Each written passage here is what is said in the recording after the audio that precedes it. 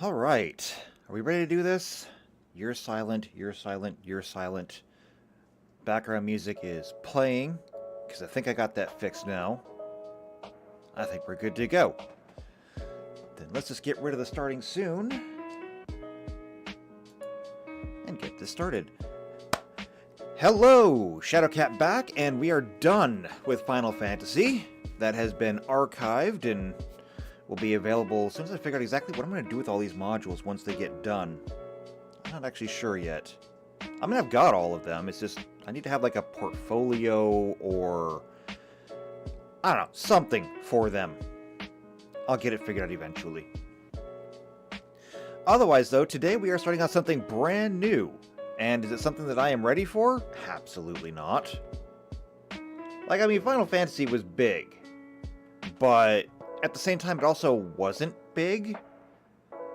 Because, like, there's a long history for Final Fantasy, but it wasn't exactly expansive. And granted, we didn't try to take in every single facet, because there's a lot of facets to Final Fantasy. We didn't try to take in every single little facet of it and try to recreate everything.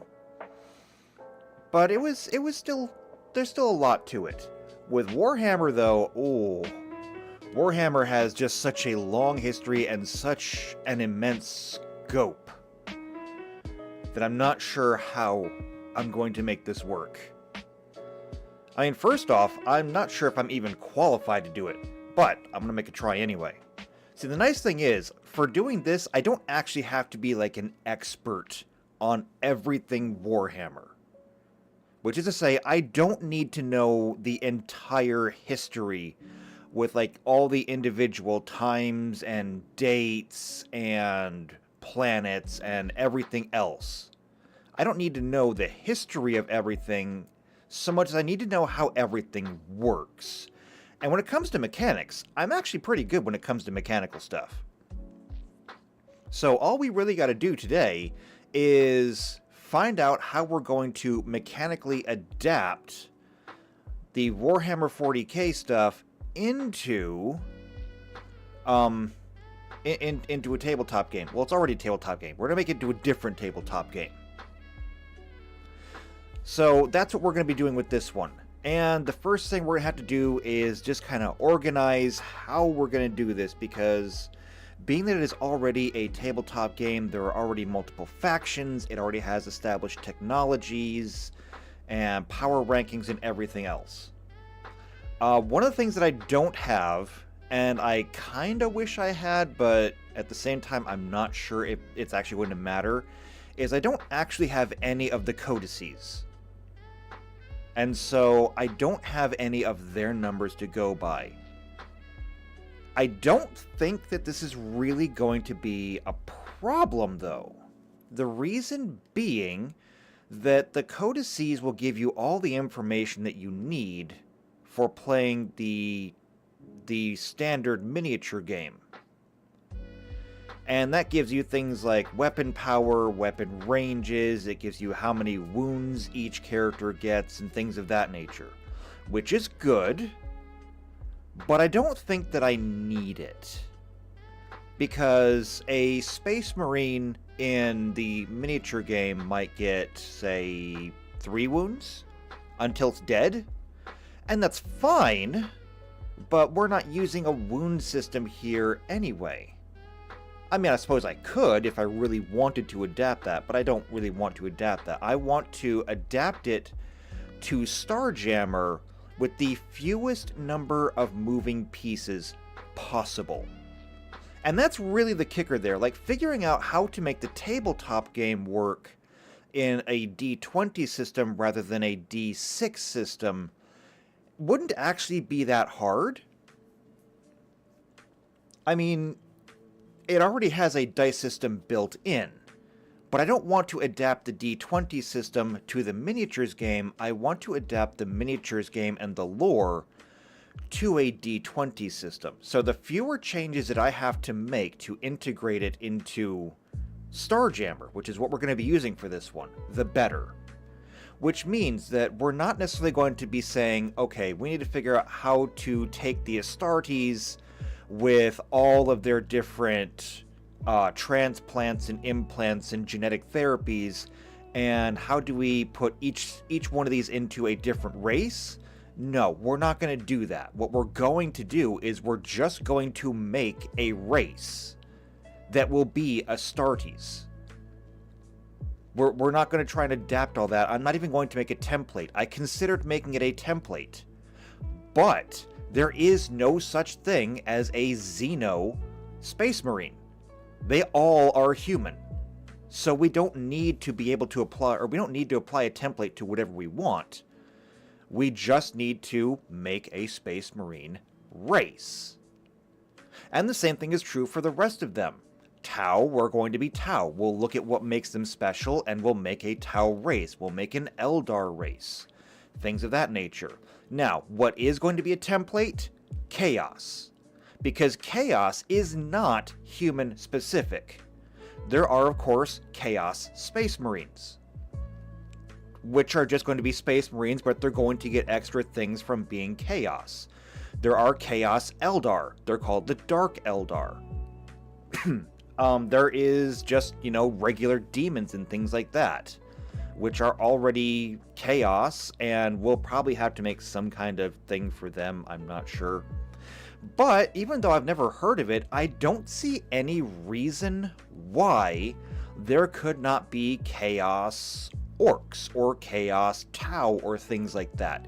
Just because we've never seen it before doesn't mean it would necessarily be impossible. The only thing that would literally be impossible to make Chaos would be the Tyrannid. And that's because where the rest of the galaxy is terrified of the powers of Chaos, Chaos is terrified of the Tyrannid. Because, there's just nothing there. The Tyrannid have no presence in the warp, and therefore Chaos can't touch them. Literally, cannot touch them, except directly on the battlefield. And on the battlefield, Chaos usually gets stomped on by the Tyrannid. Because all of your Psyker powers, all the powers of the warp, don't do anything. At the same time, though, the Tyrannid have special effects that are kind of like Psykers, but they're not Psykers, because it's like their own kind of collective mind field kind of thing. Yeah. Getting a little bit into the weeds there, but we don't need to have a template, or we're not going to be able to put a template on Tyranids. Enough said.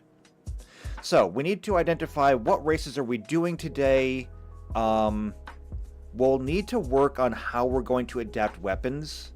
Weapons are one of the few things that we might be able to adapt from the Codex, but we'll have to wait and see if we can even find that kind of information. I don't know what Codex they're using now. I might be able to track down old codices that are no longer in use. I don't know, I'll have to see what I can turn up. But that's the goal of today. We want to see today's organization. We're going to make a list of all the races that we're going to do. All the weapons, vehicles, things of that nature. Especially vehicles. Because we're using Starjammer. Starjammer does have a section called Ultimate Vehicles. And so, whereas when we did Star Trek, we adapted the Starship system to the Star Trek system using different tiers of starships, we're going to be making very heavy use out of the Ultimate Vehicles section, which is not something that I am as familiar as I should be, because it's really kind of convoluted, but still, we're going to make it work. Now, in the chat, I can see that JP is here. Hello, JP. I see that Blizzard Star is here. Hello, Blizz. Good to have you here. I hope you're excited for this one. And the reason, by the way, the reason we're doing this, I didn't have this pulled up. Actually, this is going to be really embarrassing if I look this up and it's changed in the last few days. But let's see. Where's my channel? Better yet, where's my studio? There's my studio. Oh, I lost a subscriber. Huh, sad day for me. Sadder day for them, whoever it was. Unless it was just a bot or something. Could have been.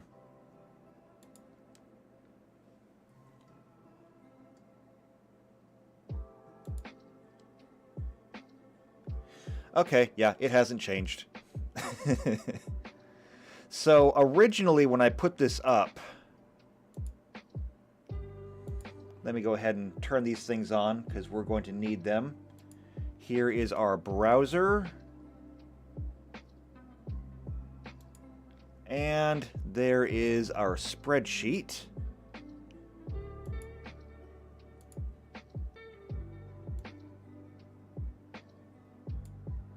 But I had put up the the poll, and for like the first week or so, the only vote on the poll was for Digimon, which was going to be kind of exciting. And can this even be seen, or is it up too high? No, it can be seen. Okay. Yeah, the only vote on there was Digimon for a while until I put the poll, or put a reminder for the poll. And we got one more for Magic the Gathering and then 2 for Warhammer. So, Warhammer won. So, we'll do Warhammer, and then this will get eliminated, and then we'll run the poll again with the rest of these. Plus, there's one more on the list. Because if we scroll down just a little bit, I've also got Transformers on there. Because I think that'll also be fun. That'll be like a combination of ultimate vehicles and like an entirely new race. So yeah, we got that. Alright, so time to get started. First things first. We need to identify everything that we need to build. So we're going to come over here to this, and we're going to start with a brand new spreadsheet. So, the interesting thing about this module is we don't actually have to disable much. So the first thing we do need to disable is magic. So disable magic, much like we did in the Wheel of Time module. And since we are disabling magic, we also have to disable classes. Disable classes, in particular, this can go away. Don't show this again. The only classes that we really need to get rid of are going to be, I think, the Mystic and the Technomancer.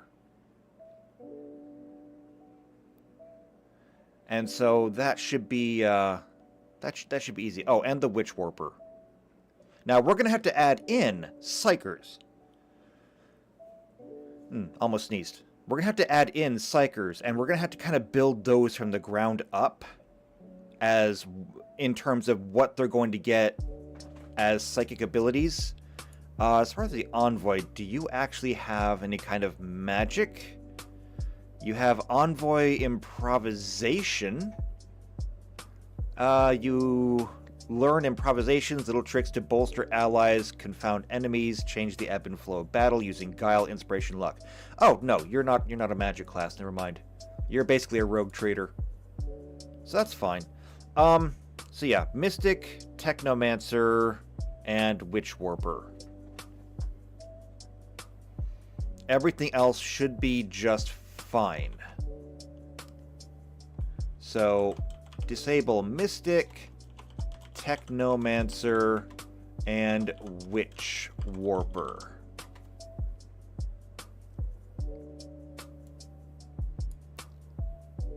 And so we'll just kind of section this off here. Oh, and by the way, let's make the entire thing bolded so it's easier for me to read. We'll go ahead and... Nah, we'll leave it all left justified for now.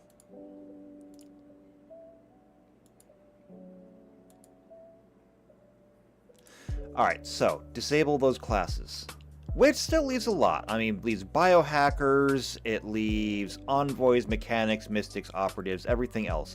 And these are going to be fine, because even though when we talk about the Space Marines, the Adeptus Astartes, being like just these uber, superhuman, super soldier people, you also have to remember that while every single Space Marine is a Space Marine, every Space Marine usually has some kind of specialty anyway. I mean, even going far and beyond things like the actual specialized legions, where you'll have some that are very much more mechanically attuned, some are more psychically attuned. You're going to have individual Space Marines who are just good at doing certain things. So you could have a Space Marine operative, or you could have a Space Marine soldier. In fact, soldier would probably be like the default for most of them. But you could also have a Space Marine mechanic.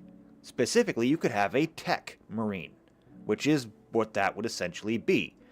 Especially when we look at mechanics and what they get.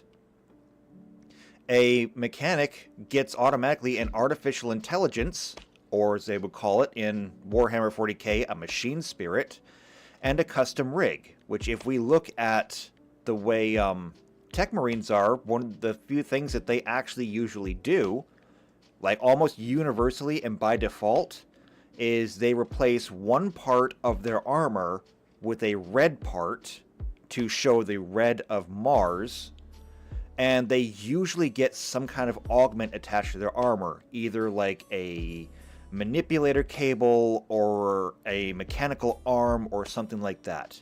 So a Space Marine mechanic is basically just a Tech Marine. And I see that Tux is in the house. Hello, Tux. Good to see you. This is what it took to get you back in here. See, I know what my fans like. They like Warhammer. Alright, so we got all this stuff. Biohackers, those will basically be like, apothecaries, that's it. And yeah, everything will be represented pretty well. So, now that we look at all the factions, what are the factions that we need? Well, let's start at Holy Terra. So, factions that we will need to build. Of course, we need the Imperium. Or / the Imperial Guard. Now, those are just going to be humans. That one's pretty much done already. The Imperial Guard are just humans. Doesn't really matter where you come from, doesn't matter what you did, they're just humans. So Imperial Guard, done. All we gotta do is give them a flashlight and they're good to go. They don't even need armor. Trust me, it's not gonna work for them anyway.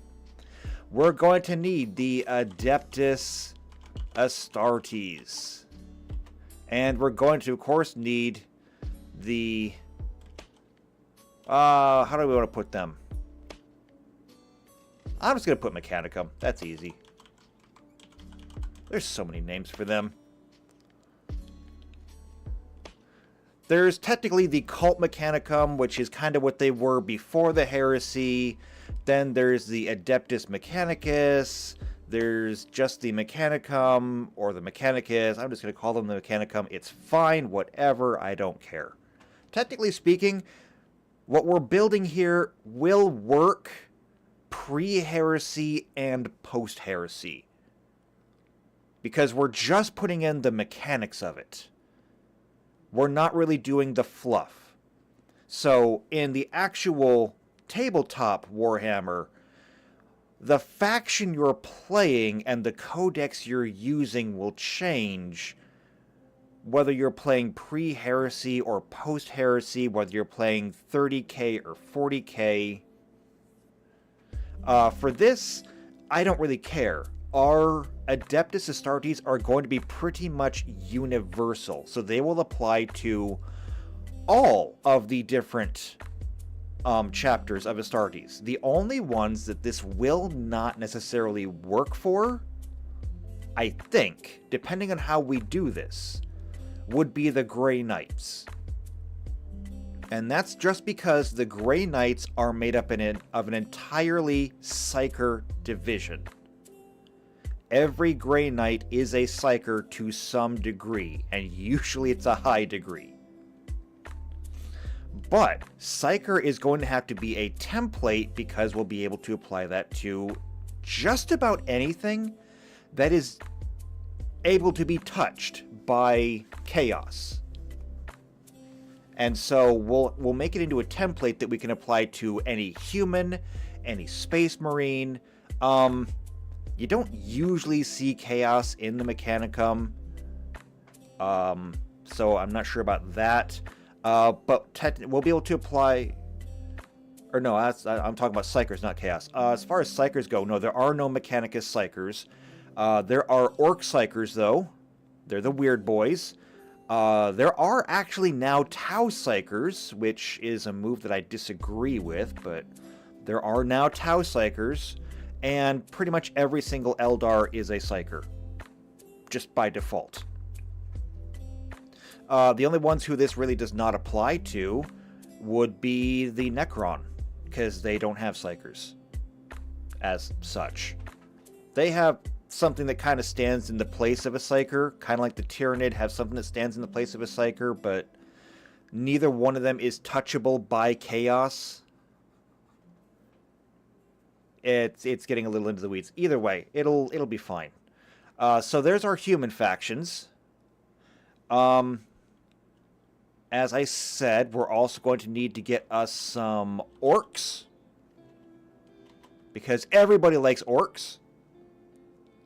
We're going to need to get us some Tau. We're going to need to get ourselves some... Let's write the whole thing out. It's going to be Eldari. Who else do we need? We're going to need some Necrons. And who else am I missing here? I mean, I didn't put Dark Eldar on there, but once we get the Eldari done, we can get their Dark counterparts done as well.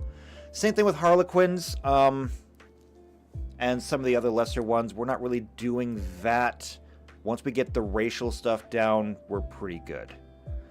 So that just kind of leaves Chaos? Maybe? I mean, there are Daemon Princes, and there are actual Chaos units, so we might have to do something for them. Although that almost feels like more of a bestiary entry than an actual race, because no one really plays a Chaos Demon. And the reason why you can't really play a Chaos Demon is because, as far as I know, and I could be wrong on this one, I don't think that Chaos Demons can just exist. I think that they have to exist either within the warp, or they have to exist in sufficiently warped areas. That's why you can find a planet filled with demons after it's fallen to the warp, but you can't just like find a demon on a ship going somewhere. Now, I could be wrong about that. I'm not as steeped in the lore as I probably should be, but I've just never heard of it. And JP says, for the Horde! Wait, wrong game. Well, I mean, have you seen the orcs in 40k? It's not that far off. The only thing that you got wrong in your statement is it's not for the Horde. It's for the war! Okay? So that's what you got to do. And by the way, for those of you in the chat that are taking notes, that's spelled WAAAAAAAAAGH. Okay? Exclamation point. Spelling is important here. You will be quizzed on this later. You have to get that exact number of A's in there. Alright, so that's our factions. I don't think I'm missing anything. Let me check the wiki over here. Warhammer 40k. What do we got? Imperium of Man, Space Marines, Adeptus Astartes, Adeptus Mechanicus, Chaos, Craft World Eldari, otherwise known as just the Eldar, the Drukhari, otherwise known as the Dark Eldar, Orcs, I missed Tyranids. Tyranids. That's going to be also more like a bestiary kind of thing, because you're not going to be able to play Tyranids. The vast majority of Tyranids are completely mindless. The only Tyranids who are not mindless are Gene Stealers or just like the big brain bugs of the Tyranids. Tux says, I'd say something about night elves, but I don't want to get into skinning people alive just yet. Haven't had my first coffee. Oh, but it gets so much worse than that. It gets so much worse than that. Although, I'm going to be honest with you, I never played World of Warcraft, so I don't know anything about, well, anything. I don't know necessarily who the Night Elves are or what they do. Now, I do know about Dark Eldar, and that's just... That's a thing we're not doing. I'm not gonna lie. We're not really doing the Dark Eldar thing here. We are doing it mechanically. We are not getting into what exactly the Dark Eldar do. Because in order to get into like the minutia of what the Dark Eldar do, we could not do this on YouTube. So, mechanically speaking though, the Eldar and the Dark Eldar, Craft World and Dark, they're physically the same. I mean, even mentally, they're the same. It's just one of them follows Slaanesh, and the other doesn't.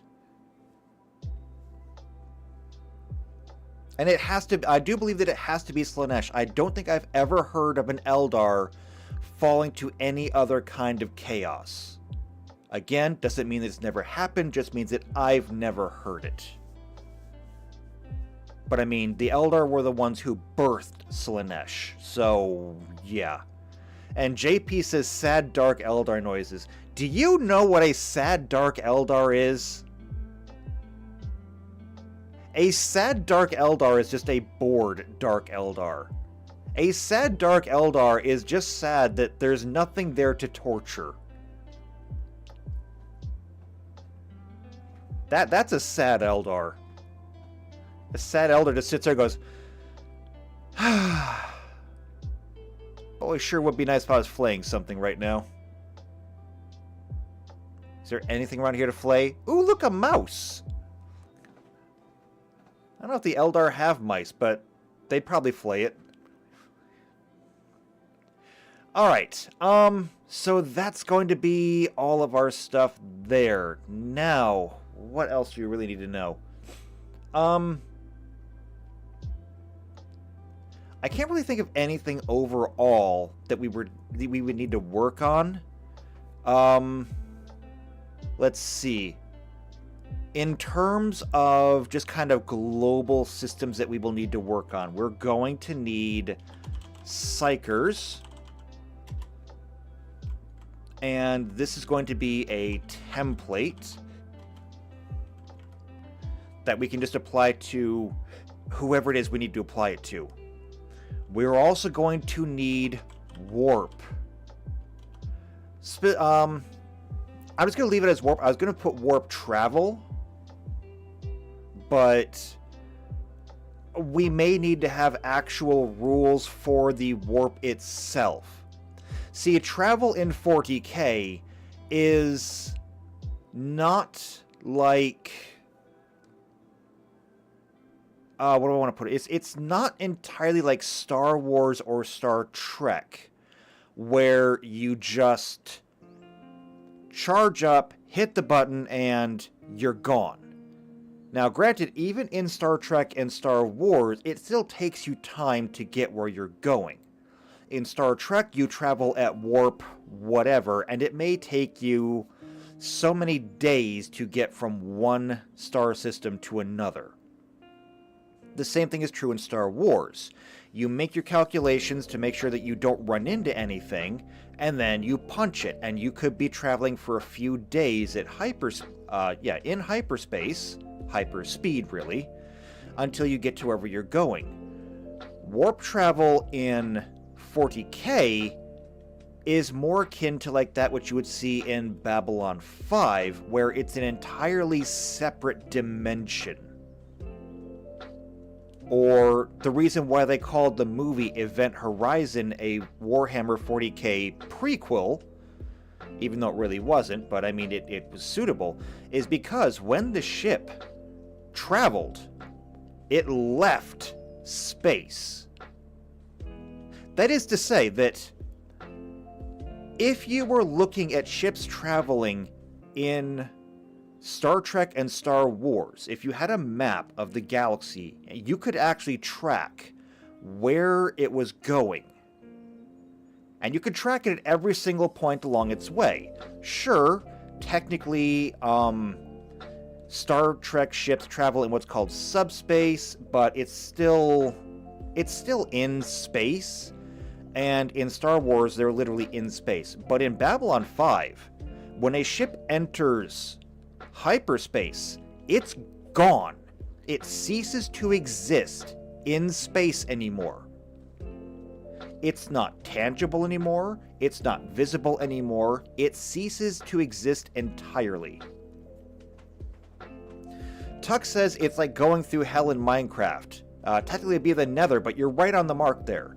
I mean, once you go through a Nether gate and you're in the Nether, you cease to exist entirely in the world. And that's actually provable because if you're playing the Java version of the game and you try to teleport to somebody and they're in the Nether, then you can't. It fails. The warp is very similar. Once you enter the warp, you're gone. You're no longer part of normal space. And as a matter of fact, in 40k, you're not even in normal time anymore. So what JP said about, doing the time warp again, you're not actually that far off. I don't know any actual cases, because again, not as familiar with the lore, but I have heard that when it comes to travel through the warp, it's a bit like rolling the dice, and I will probably end up using dice for it, because if you travel the warp, there's no guarantee that you actually make it. Like, number one, if your Gellar field fails, then you're just instantly dead. Okay? Once the Gellar field fails, it is the only thing that is keeping the warp out of your ship. And so once the Gellar field fails, every single living being on the ship now becomes a conduit for demons, and they can just slaughter everything and tear the ship apart, and it's gone. At the same time, though, even if the Gellar field doesn't fail, then you could end up in the wrong place. You could end up somewhere completely different from where you were traveling to. You could end up at the wrong time. There are reports of ships that actually exited the warp before they entered it, because they spent 6 days traveling in the warp, but they came out of the warp 10 days or 3 days before they left it. And so they've gone back in time like 10 days. These are things that happen in the warp, and we'll have to figure out a system of how to navigate that and how to account for that. Now, that is an absolute nightmare for somebody like me, because as the DM, I would actually have to keep track of the actual timeline so that in case that happens, we can actually go back and see how this stuff works, but hopefully that never happens. Either way, it's going to be a very complicated system, and it's going to have to be almost entirely dice-based, because that's the nature of the warp. It's chaotic. There's like nothing set in stone there. How far you go, how long you go, what happens while you're there is all completely random, unless you can master it in some way. And Tuck says, don't allow going back in time unless you don't value your sanity. Well, Tux, this should be a clue to you about what exactly I do and don't value. As it turns out, I don't value anything of myself. I'm putting it on the table. Okay, so for this, we're going to need not just warp travel, but we need the dimension and travel rules. Now, that being said, is there anything else we would need to add on here? So, Psychers is going to be kind of a universal template. The warp is a universal thing. Other things that matter. I don't need to do anything that is lore-based, so like governments or the actual lore of the factions. That can all be done. When it comes to other things like genetics or bionics, I don't think there's anything I really need to do there. We should be able to use a lot of the genetic and bionic stuff from Starjammer in this. So when we go to augmentations, what do we got? Oh, contents. Here we go. Let's see. Augmentations, implantation. All right, here we go. So biotech, cybernetics, magitech we won't need, but necrographs maybe, personal upgrades. We can use a lot of this stuff as it is. And JP says, things set in stone, a decorating guide by Medusa. Now that's funny. That's funny. And Tuck says, I'd say it's your funeral, but I'd rather be dead than GMing a campaign where party members meet themselves, members from the past or future. Believe it or not, if you do a campaign specifically built for that, and you do it right, it's not as hard as you think. It's really not. I mean, all it really takes to do a good time travel story right is notes. You need to keep notes. So you don't necessarily need to remember all the minutia of what you're doing. It helps, but you don't need to. What you need to know is just the who, what, where, when. Well, the when, I mean, it is kind of fluid, but the who, what, where, and why and how of where the party has been. So it's less a case of, well, what happens if we land 3 days ago and the party was traveling on the road? What did they have for breakfast that day? You don't need to know that. You don't need to know that. All you need to know for that is what happened that day. Did they come across a trap? Was somebody injured? Did they get ambushed by bandits? What was the outcome? Okay, did they find a chest on the road? Was it a mimic? Was it actual treasure? What was in it? Well, you don't need to know what was in it because your party already picked it up.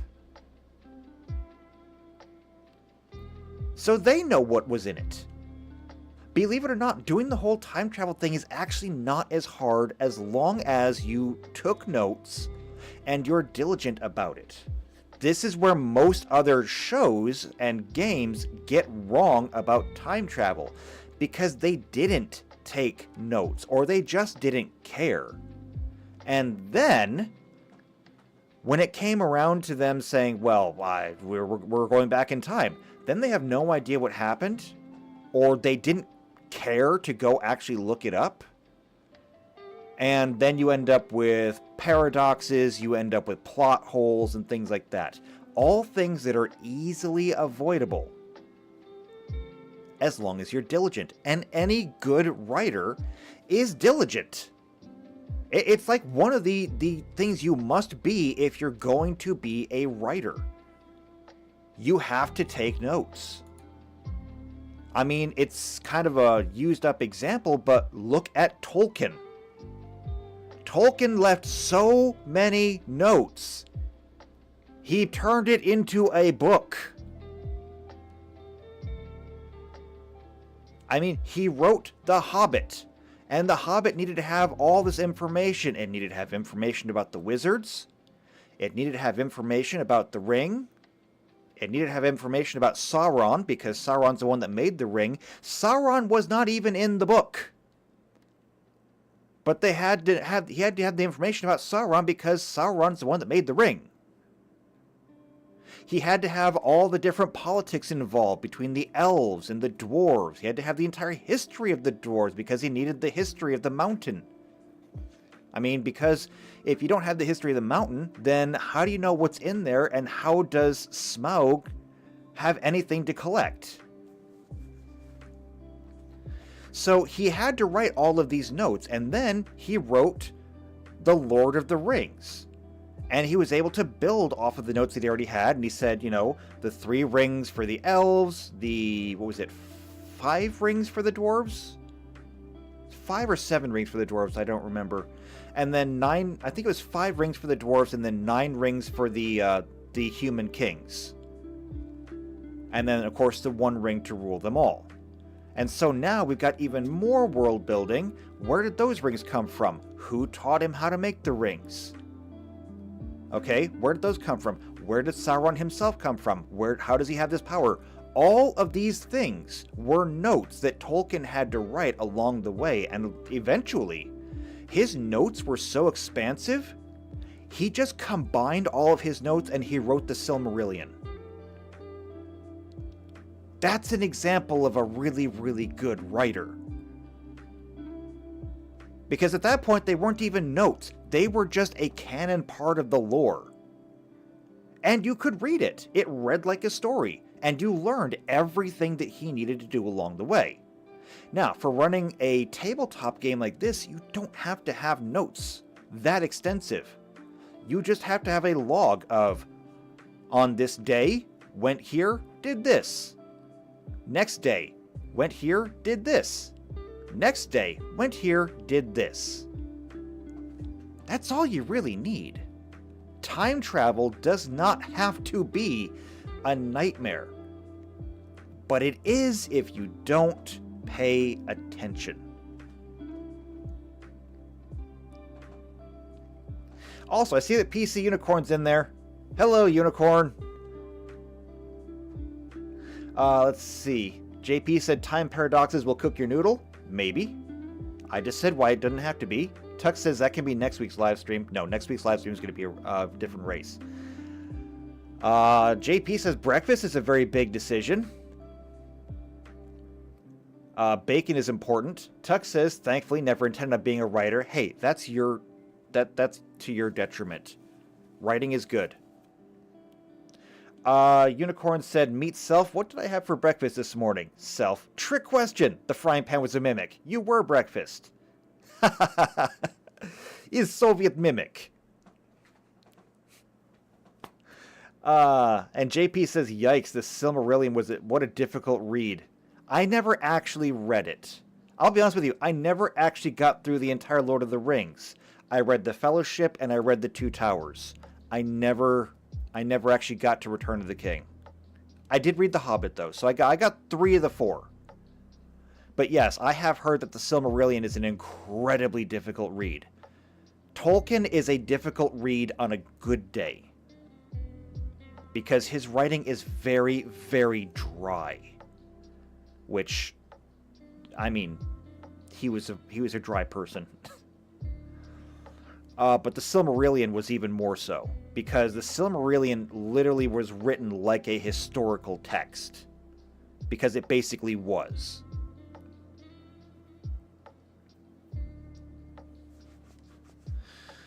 Okay, so, we don't need to work on things like augmentations and things like that. We've got Psychers, we've got the Warp. We will need to do a lot of vehicles. I don't know if we're going to do vehicles as their own thing, or if I'm going to do the vehicles at the same time we're doing a certain faction. However, that being said, why don't we go hard go ahead and get started on one of these. So I'm going to make this one the Imperial Guard.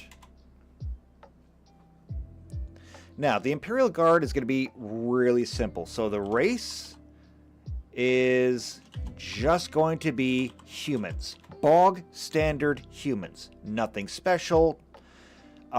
Maybe if we get into like commissars, they might be a little bit augmented there. But by and large, they are just human. I mean, your standard Imperial Guardsman doesn't even get anything. Like, they might get armor. Their armor is basically just for show. So they do get a helmet that'll protect them from, say, shrapnel, but it's not going to stop anything that the other factions are throwing at them. They do get weapons, but their weapons are the weakest in the entire game.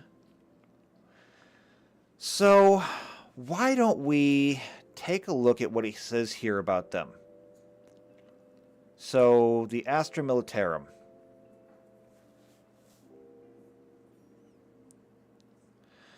Alright, so the race is, of course, mankind. Headquarters is the Imperial Palace on Terra. Yes, yes, yes. There's nothing there that we really need. What I do want to see is going to be their equipment. So there's the bureaucracy of war. Let's see, recruitment. Recruitment is fun. It's whenever you get told. So you don't actually join the Imperial Guard, they volunteer you. Literally, somebody will just show up and say, you're part of the Imperial Guard now, get in. And that's all that happens. Let's see. Operations, logistics, relations with the Adeptus Astartes. The relations with the Adeptus Astartes are great. So, the Imperial Guard is composed of men and women possessed of unquenchable faith in the God Empire. Because you don't have a choice. But they are still ultimately mortals of flesh and blood. To common troopers, the superhuman Astartes are as gods walking amongst men. And for the most common people, the Imperium, including the troops of the Imperial Guard, they are a rare sight indeed. Which is true.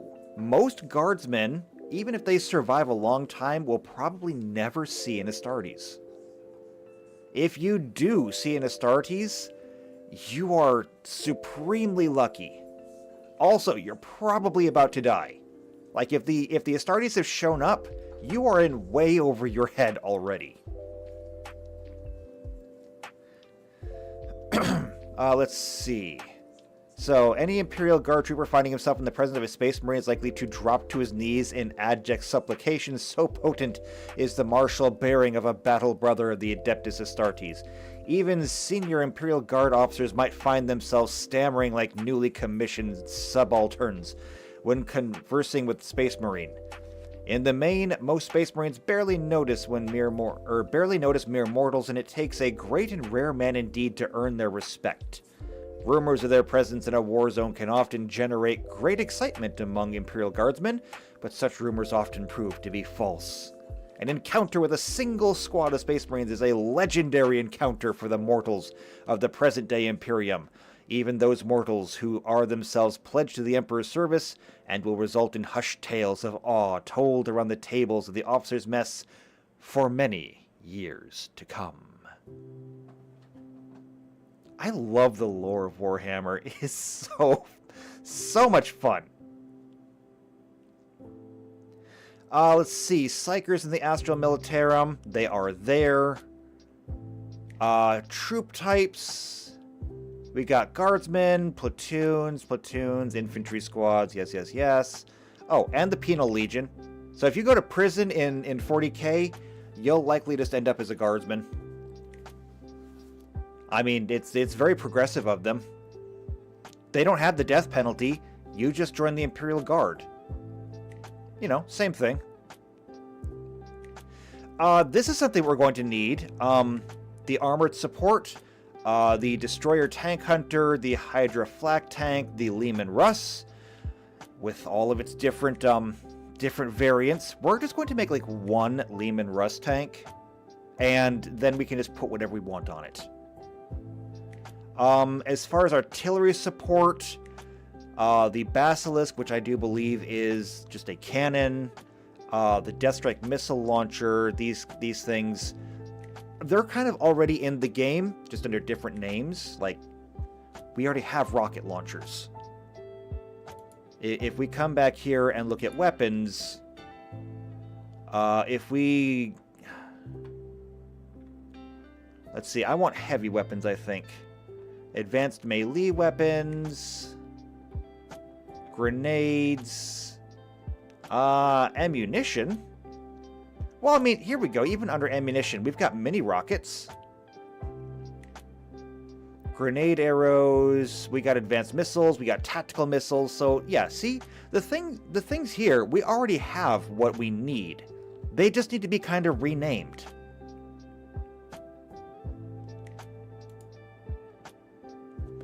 Let's see.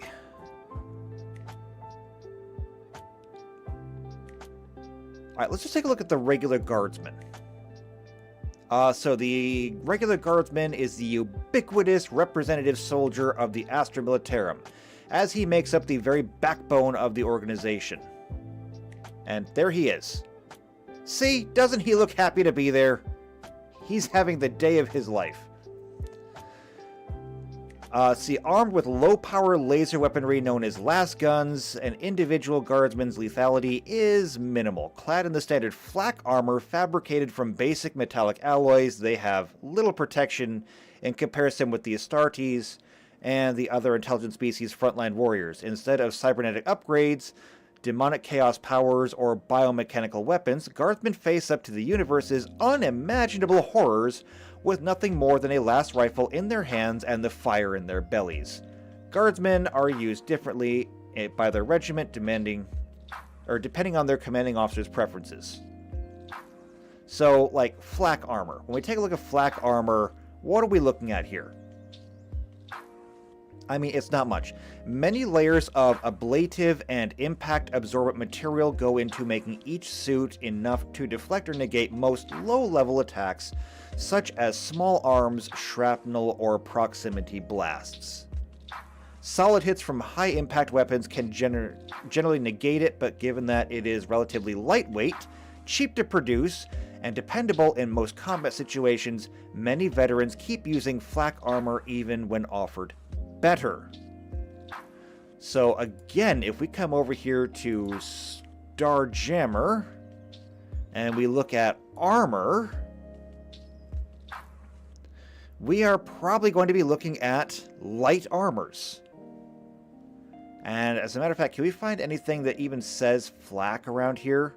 Because that would make this so much easier. Flak. No, there's nothing that says flak. Okay. So we don't really have that. Actually, let's try medium armor. Let's try, or no, wait, I guess we go directly from light to heavy. Right. It's light, then heavy, then powered. Well, let's check it. Nope, there's no flak in here either. Alright, let's try this then. Since we know that it's a flak vest, is there a vest? No, there is not. What other keywords can we look in on? Flak armor. Let's see, many layers of ablative absorbent material going to making each one. So lightweight, cheap to produce, and dependable in most combat situations.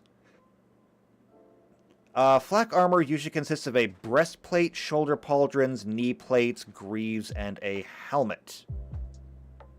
Okay, can we use that? Well, it's not going to be a second skin. It's probably going to be in the higher end down here. Maybe. Not carbon skin, not a suit. There's really nothing in here that says armor. Maybe the Estex? Defrex hide, Defrex hide. there's really nothing that says what the individual one comes for. I think it's because they're all mostly the same. Because it says right here, armor is usually the easiest and most cost-effective way, blah, blah, blah, blah, blah. Modern armor is made of many different substances, including carbon fibers, ceramic, fabric, metal, and polymers. Most are constructed from a combination of materials, some even using archaic materials such as animal hide. Most suits of armor consist of helmet, glove, boot, and bodysuit that offers head-to-toe protection. Unless otherwise specified, the boots include functionality that can anchor your feet to a solid surface in the zero-gravity environment, allowing you to orient yourself. So we might actually have to make kind of like a custom flak armor. Just going off what we've seen in this.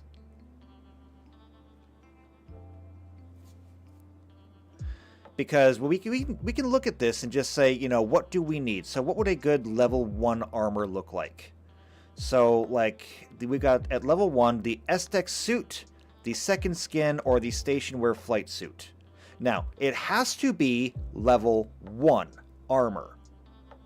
It has to be, because it is literally given to every single guardsman as soon as they enter the Imperial Guard.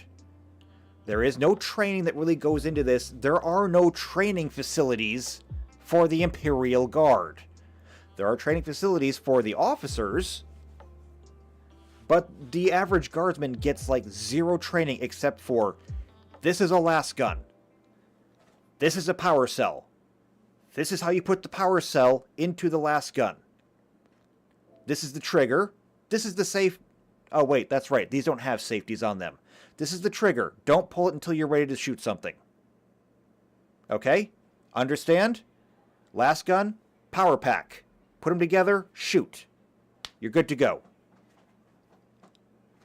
So, it has to be level 1. And we look at the level 1s here. We're seeing an energy bonus on the second skin. We're seeing a kinetic bonus on this one. I don't see, because it is flak armor, and flak is very specific. I don't think it's going to get any kind of bonus there. So we're looking at like the Aztec suit stats or the flight suit. And I think the Aztec suit is probably our best. Then again, the flight suit is the cheapest. We might go with the flight suit, actually. The reason being that everything that the Imperial Guard gets is cheap. So, cheapest armor. So I'm going to say this. I'm just going to write down here, flak armor equals flight suit. And that's good enough for me there. Now, this is just kind of wasting time, if you ask me, because there's nothing we really need to do much for the Imperial Guard except for a lot of their vehicles and stuff, but this is still good to know. Next, we need last gun.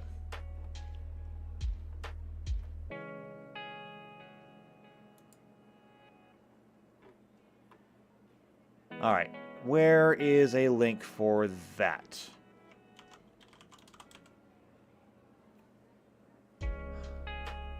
Last gun. There we go. Okay, the Demolisher, the Vanquisher, and even the mighty Death Strike missile launcher pale in comparison to the sheer fire of trillions of last guns unleashing hell in unison. Because that is what last guns do. They are regarded as flashlights because they are the lowest power weapon in the entire game of Warhammer. However, if you've never played Warhammer before on the tabletop, almost everybody will give you the same advice. And they say, what do you want to do? Okay? Do you want to have just a few really, really powerful miniatures on the field? If you only want to have a few super powerful miniatures on the field, play the Astartes. okay? Because they get some really big tanks, their squads are usually smaller, or you can play something like Mechanicus with Titans, or at least, Knights. Or you can play like maybe Tau or Eldar, who also have some really big, really tough units. If you just like big models, play them. If you like to play a wizard, okay, and you like to use spells and things like that, then it's really simple. Play any of the Psykers. Play Eldar, or play some Weird Boys, or play some Librarians, and you'll have all the magic spells you want. However, if you're that one special gamer who just wants to reach into a bucket, and I mean this, a literal bucket of dice, grab 2 handfuls of dice, and throw them across the table, you are either an orc player or you are a guardsman. Because whether it's orcs or guards, their entire thing is to throw a whole bunch of people on the field and then throw even more dice on the field. So if you just want to throw lots of dice, play the guard. Alright, so this is just a last gun, last rifle. It is a directed energy anti-personnel weapon. Now, as it says right here, it is a laser weapon. Now, fortunately for us, Starjammer has that. And so we don't actually need to change anything here. So, I'm going to search for rifle. Here we go. Just because I want to skip a lot of things. Cryo, disintegrator, flame, laser. Here we go. So, laser rifle, the Azimuth laser rifle. So, it comes with a power pack that has 20 charges on it. Oh, Tux says, if you want the real military experience, play the Imperial Guard. Get out there and stop the bullet from reaching the commander, soldier. Oh, and it gets even better than that. Because if you don't, your commander shoots you in the head. Just as an example to the rest of the squad. Which, by the way, if you're not familiar with Warhammer 40k, that is a thing you can do if you play the Imperial Guard, if you have a commissar on the field. One of the mechanics that they use in 40k is called a morale system, where basically, you have to, as your unit loses people, so you might have a squad of, say, 12 guardsmen. I think they come up to 12. Every guardsman only has 1 wound. I mentioned this earlier when I was talking about why we were not going to use the wound system. I said that you might have an Astartes who has 3 wounds on him before he falls down. Every guardsman has 1 wound. So if an opposing squad deals 1 wound to your squad, you just take a model out. Once you get down far enough, eventually you have to start rolling for morale. And if you roll higher than the morale of your squad breaks and they attempt to flee. You literally have to run them to the edge of the table and then take them off. However, if you have a commissar in your squad, you can actually, I think if I remember the rules right, you can actually remove 1 model to skip the morale check. And that is the representation of him just pulling out his last pistol, shooting one of them, and ordering the rest of the squad to get back in the fight. It's actually... you have to understand, 40k is supposed to be so incredibly dark, dismal, horrifying, and depressing that you must laugh at it. Because if you're not going to laugh at it, you're going to go insane. It is so absurdly and over the top bad that it's funny. It comes full circle. That's the entire substance of Warhammer 40k. All right, so we got it right here. This is going to be our last gun. It is a level 1 laser rifle. Again, level 1, which means it can be handed out to anybody. It uses these cartridges. Okay, it does actually use cartridges instead of charges. We can change that, though. We'll change that. Instead of using, or no, wait, it does use charges. I can't read. It does use charges. Never mind, we don't have to actually change that. So, last gun is going to equal laser rifle azimuth.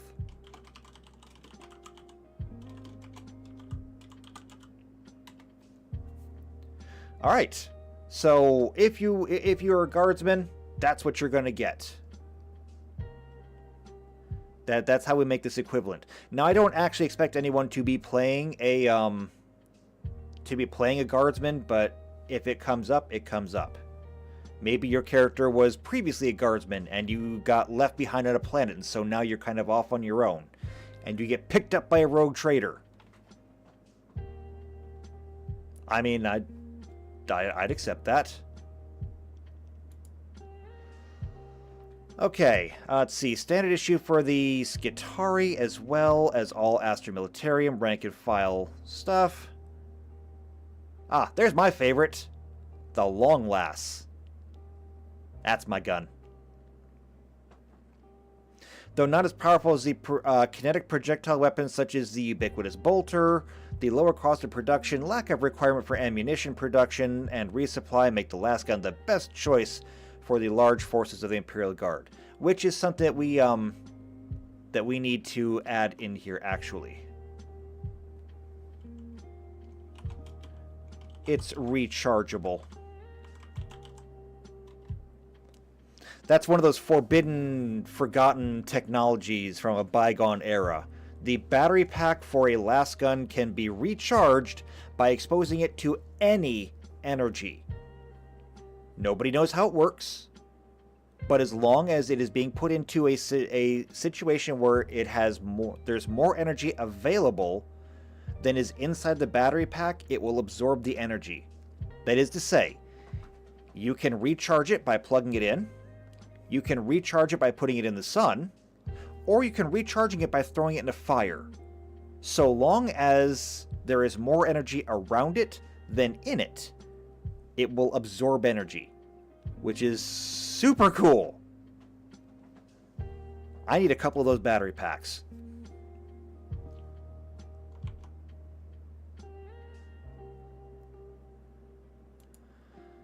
Okay, so what else do we need?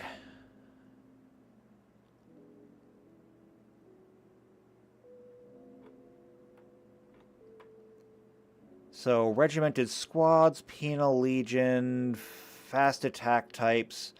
The fast attack types are just guardsmen who are on, like, motorcycles and stuff. That's all we really need to worry about there. Or, you know, the Chimera APC, Devil Daw, all this stuff. For what it's worth, why don't we go ahead and see if we can actually build one of these vehicles just so we can get an idea of what they look like. So, a Chimera APC. Here it is. This is a Chimera APC. Capable of transporting 12 guardsmen, the Chimera is the standard Imperial armored personnel carrier for nearly all Imperial Guard regiments.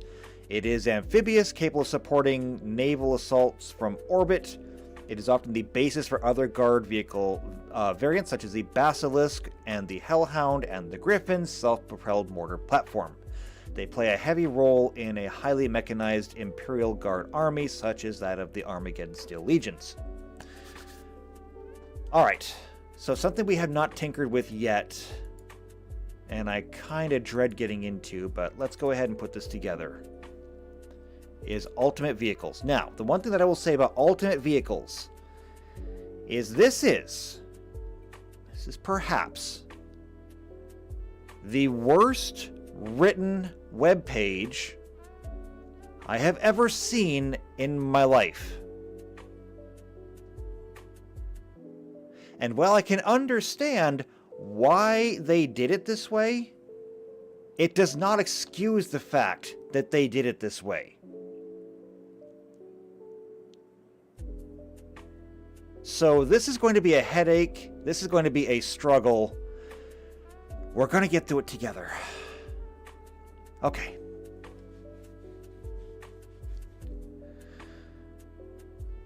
So what we want here is, before we do anything else, we need to have an we're going to take this. We're going to need this example. So a military armored transporter. So platform design is both a transporter and combat unit for most military units. Okay? And we're going to borrow everything that we see here. So price and level. So price, level. Next is going to be size. After that is speed. And then it is EAC, KAC, and cover.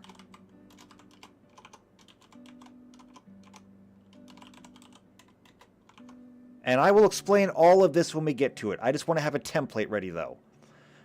We will need HP and hardness.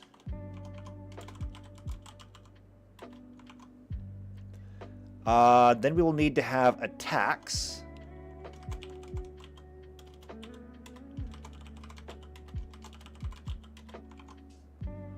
Then we will need modifiers and passengers.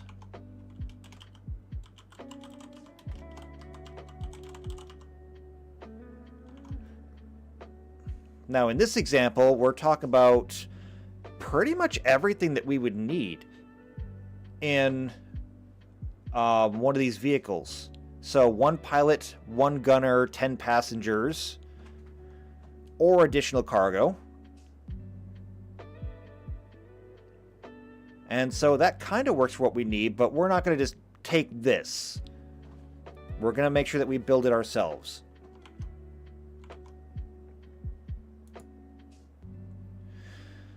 Alright, so the Chimera APC. It does not actually give us a whole lot of stats on it, so we're going to just have to kind of go with what we have. What we do see here is that it is a tracked vehicle. You can see it right there. The tracks actually appear to go all the way over the top of the frame and all the way under the frame. It is a tracked vehicle. So we come over here to Ultimate Vehicles.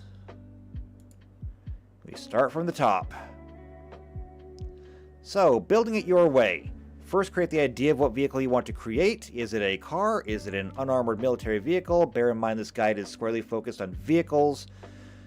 So the idea of using a smaller tiny spacecraft as a submersible or flying vessel isn't really covered. It is assumed these vehicles are built here to use hit points versus hull points, and are thus vulnerable to being destroyed by hit point spell and effects. Which is fair. We're not going to be doing a whole lot of things with actual spacecraft in this mod.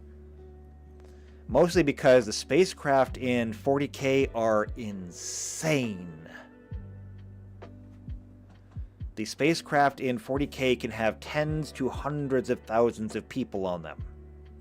They are basically entire flying cities. But, anyway, here we go. So, this is what they say. Building vehicles in 4 easy steps. Number 1, select the size and type of transportation. Number 2, select your optional modifications. Number 3, select your add-ons. Number 4, select or total all the feature bonuses and costs, and then final details. They make it sound so easy. Alright, so first off, sizes. So they come in 2 basic forms, that is medium and large. These are designated by numbers for later calculations, those being tiny, small, medium, large, huge, and so on. So bikes We already know what a bike is. These are bikes, motorcycles, things. These also include monowheels and trikes. They tend to be small. Cars for transporting 2 to 4 individuals. Submersibles. Obviously, we know what a submersible is. They explode when they go looking for the Titanic. Trucks are large wheeled vehicles, typically used to carry cargo, and walkers are just that. They're walkers. So, type of vehicle, base cost of the vehicle, size and description. The base cost is not something that I think we'll need to go too much into, but we're still going to have to figure it out anyway. Size and description, yes. Speed, obvious. Energy armor class and kinetic armor class. Very important. And cover. This indicates what kind of cover the vehicle can be used as, that being either none, partial, or full. It can also determine the protection the vehicle has before it becomes broken. No cover means the vehicle is broken at 75% of its hit points, generally not armored or made out of materials that are flimsy. Partial cover, it becomes broken at 50%. These vehicles are usually lightly armored or made out of reinforced materials. Full cover is the best, and it becomes broken when it's at 25%. Mind you, this is not the cover you get by standing behind it. When they say cover, what they're really just saying is what kind of armor does it have? Which is a little bit kind of weird when you talk about the EAC and KAC, because it technically means that you could have like a really high armor class, but still like no cover on the important areas. So, hit points. This is where it actually does become important. So the number is modified by cover rating. No cover gives only 25% base protection before broken. So if it has 100 hit points, it becomes broken at 75. Partial, it becomes broken at 50. Full cover becomes broken at 25. That much is obvious. Hardness indicates how much damage is needed to be done before you puncture the hull and either damage the vehicle or injure the people inside. And Tux says, what kind of cover does the engine of the vehicle have? It depends on how much cover you want to put on it. Now, how much cover does the engine of the vehicle give? I don't know. I guess it depends on where everyone's positioned on the battle map. Alright, so the modifier at full speed, there's 2 numbers that are the modifiers for piloting and attacks, and in parentheses, the modifier for piloting attacks while moving at full speed. Then there's attacks, it's whatever it is. The stat created by the tier of the vehicle, the DC to ram with a vehicle is 10, plus the tier of the vehicle. They deal damage in D6s, plus their size. So, tiny does 1d6, small does 2d6, medium does 3d6, etc., etc. This also means that if we make like this, if we make this vehicle, and what's kind of funny about it is, where was it? Here it is. So the first attack is collision, in other words ramming. It only does 3d6 damage with a DC of 25 because it doesn't really move that fast. However, well, attack forward ramming is 4d8, but you know, that's because of a special thing it's got. That also means that if you were to try and say, I don't know, run over an Adeptus Astartes, given the type of armor they'll probably have when we get around to making them, and the strength of them, the Adeptus Astartes might actually be able to just reach out and stop your vehicle. Or at the very least, you're not going to hurt him. It's going to be fun.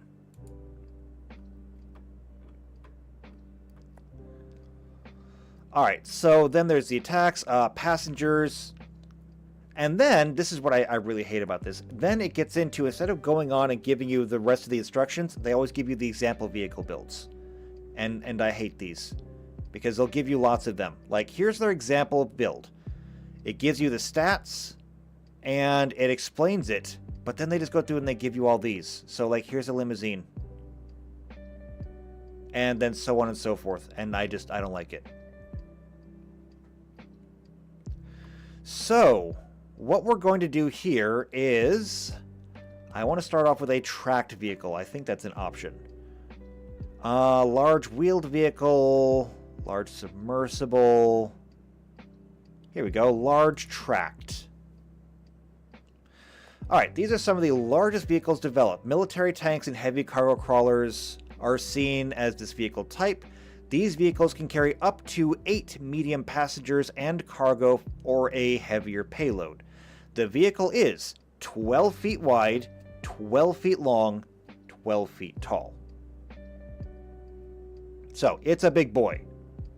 The 12 feet tall, I think, is a bit excessive, but whatever.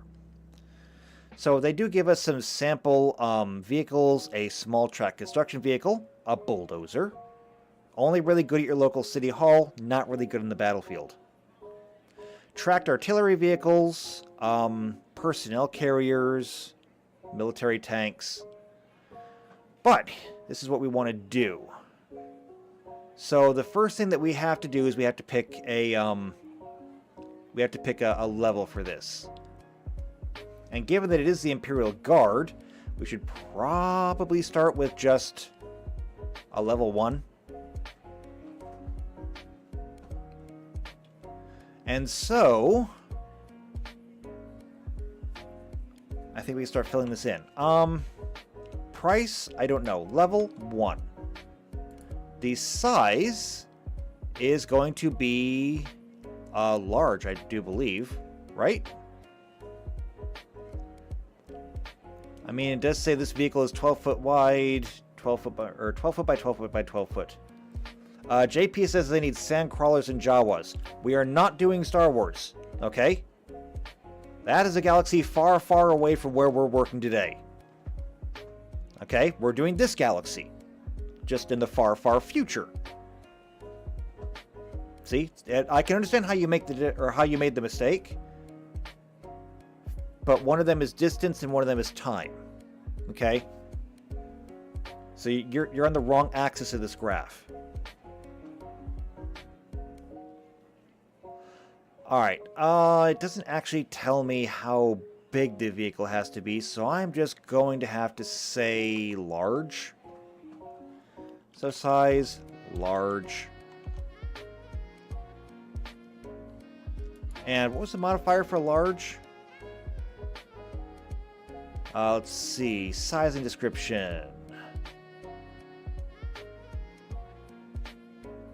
Where was it?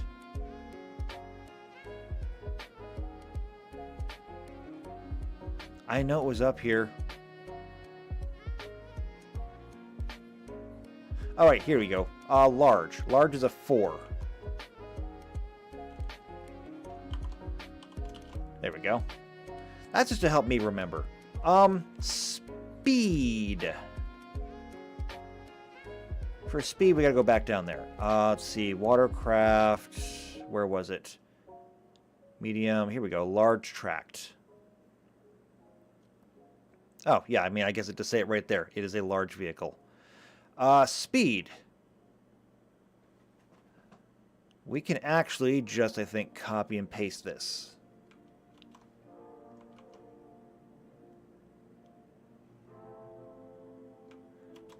So speed will go right there. And we'll just do that. So the speed is 10 foot. At full speed, though, it can go 20 feet per round. Which means that the overall speed for it is like 2 miles an hour, I think. Yeah. No. Yes. Yes. It moves at like 2 miles an hour. Which, you know, is kind of disappointing, actually. Although this says 10 miles per hour. But here's the thing. In most of the games, you're allowed to travel for 8 hours a day if you're walking. After 8 hours of walking, you are expected to rest. Otherwise, if you push it, you risk exhausting your characters. So, if you can only travel for 8 hours a day, how far can you go? Well, generally speaking, most people can walk about 3 miles in an hour, give or take. So roughly 24 miles in a day, which is actually pretty average. I mean, some people will go further, some people will go less, but on average, it's good. Now, when you look at the actual speed of characters, most of them have a speed of about 30 feet. Okay. So they can move 30 feet per round. That is, they can move 30 feet in roughly 6 seconds, which makes sense. That is very doable. So if they can go 3 miles in an hour, or they can go 30 feet in like 6 seconds, then we have a direct correlation here. Just knock off the 0, and that's how many miles you can go. So if this thing's speed is like 20 feet in combat, then technically speaking, it should only go like 2 miles an hour. So this whole 10 here, I don't get where they get this. But hey, maybe I'm just misunderstanding something. Alright, HP. It has 40.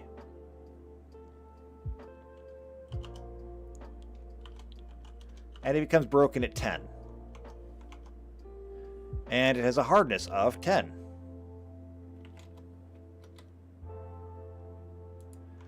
The armor is going to be 5 for energy, 12 for kinetic.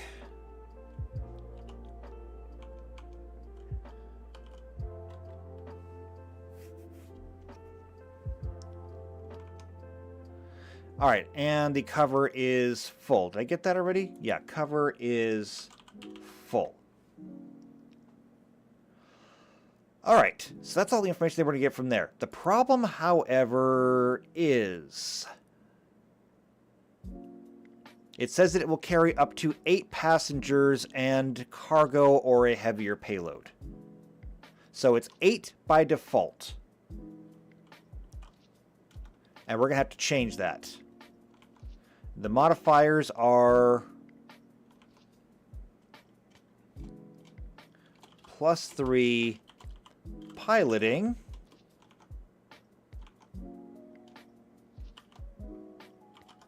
but then only +1 at full speed. Okay, so that gives us our basic stats. But now is where we're going to have to get into other modifiers. So we need to find out how much this frame is going to cost us to begin with.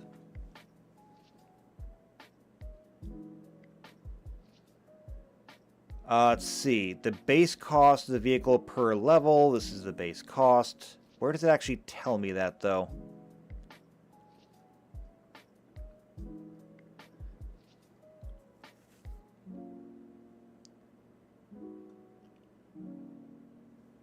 Because I don't remember seeing it. Base cost, base cost, base cost. This is a lot of refresher for me too, so bear with me a little bit. Large tract. Oh no, it's right there. Base cost per level, 4,000. Okay. So this is currently sitting at 4,000 credits. Because it is only level 1. But now is where we have to get a little bit... We're going to have to get a little bit creative. So, like, for example here. Here's an anti-starship mobile platform. And it shows you lots of examples. It's very expensive, but it also comes with a whole bunch of other stuff. What we need now are the add-ons. So, much like it says right here, select the size and type of transportation array. Okay, we did that. Now, optional modifications.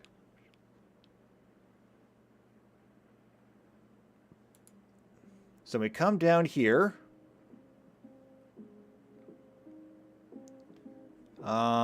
Wait, was that it? Did it not show any... I have no idea where the optional modifications are now. Yeah, there's nothing else here. That's all there is for the tracked vehicle. It might be back up at the top. Let's see. Step 2, modifications. Okay, here we go. So these are the modifications that apply to an entire vehicle rather than the special functions or abilities. Modified construction techniques or conditions generally apply to this category unless noted in the description. All modifiers are added together. The vehicle may only mount as many optional modifications as it has a size level. Any unused modifications can be alternately used by add-ons. So, since it is a large vehicle, it will have 4.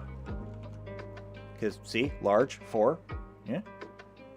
So we can get 4.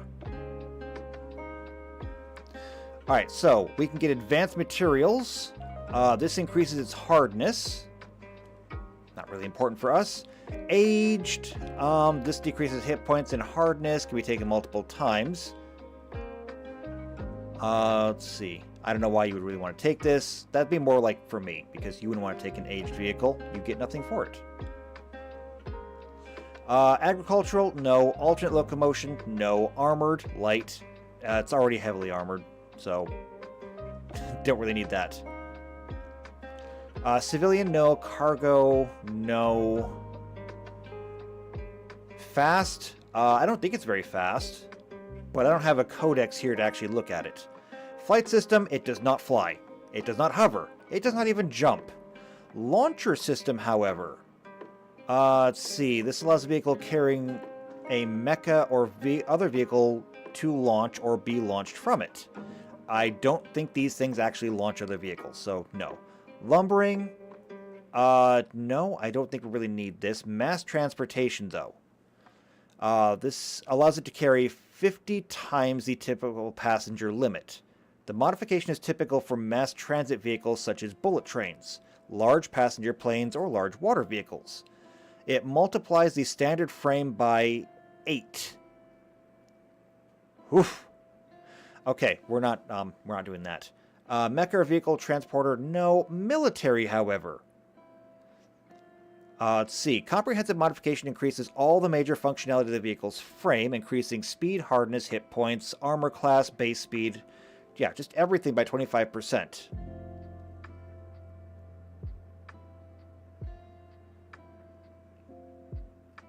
Now, this can only be purchased once, and it is not compatible with civilian. Then there's miniaturization, off-road, oversized, passengers, and cargo. So any passenger space may be swapped out for cargo space at 20 bulk per passenger. This has no cost and adds no additional space. Does not count against the limit. So how do we get more people? Transportation vehicle. This adds an entire functionality to vehicles, usually in medium and large vehicles. This adds 8 passenger spots and doubles its length, width, and height. It increases cover by 1 step. This can be taken a second time, tripling its length, width, or height. Oh, or height. It's or. So we can... Well, this says double its length, width, and height. Over here, it says tripling its length, width, or height.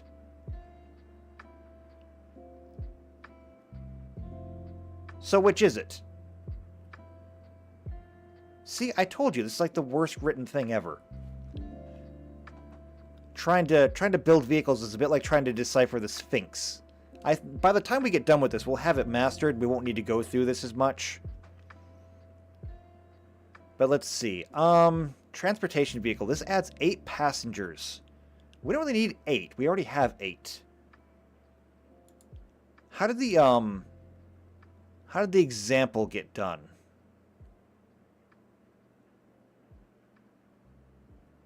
Where was it? Large wheeled vehicle? Oh, right. That was a wheeled vehicle, though. That's how.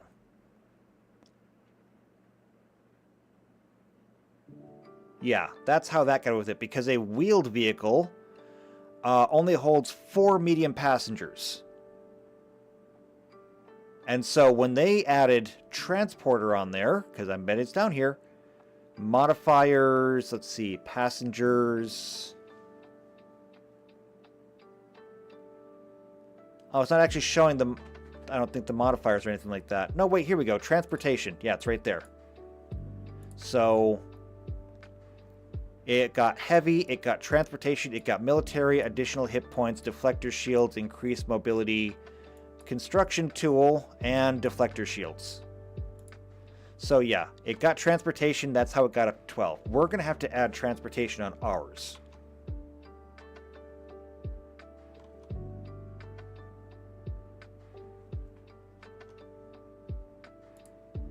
So it's going to be military and transportation. Now, does this thing come with like any weapons on it as standard? This just says there are variants of it that do have weapons. It is often the basis for other guard vehicle variants such as the Basilisk and the Hellhound and the Griffin self-propelled mortar platform. However, I don't think the Chimera itself actually has any weapons on it. Yeah, see the Hellhound here. Based on the chassis of the Chimera, Hellhounds have large Promethium fuel tanks mounted on the rear of the vehicle. These tanks are used to fuel large front-facing flamers known as the Inferno Cannons. And Promethium is fun. It's like super napalm. So yeah, I don't think that the Chimera actually has any real weapons on it, despite the picture they've got. Because this does look like it has a turret on top. Those look like las guns on the side. And that, I'm not sure what that is. Yeah, I'm really not sure what that is. I wonder if I can find some stats on the Chimera. Let me do a quick little Google search.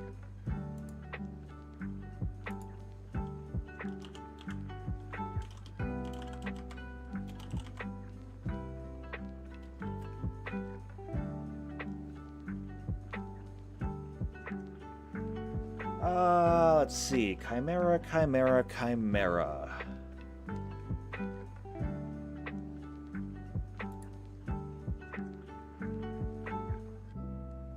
Here's something. Let's take a look at this.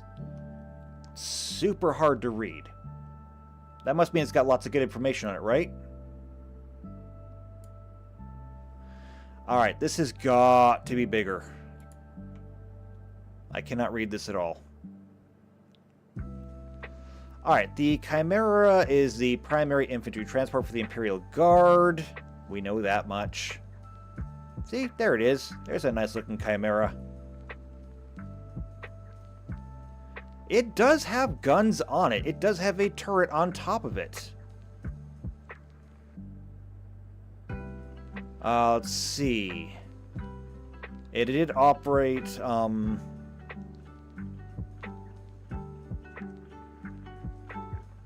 the flanks, well, side by side with Lehman Russ battle tanks. There we go. Move that over a little bit.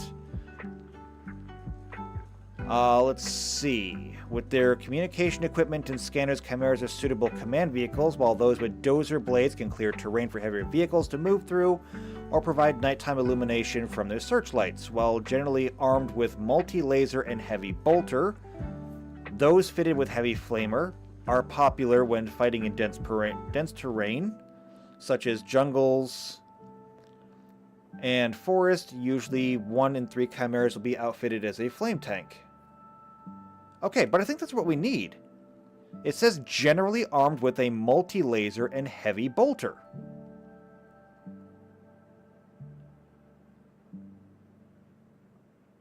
So I don't know necessarily what the turret and what that are, but I think that's what we're looking at when we talk about the generally armed with.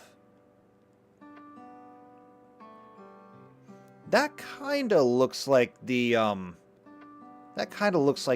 bolter, but we come back to this picture.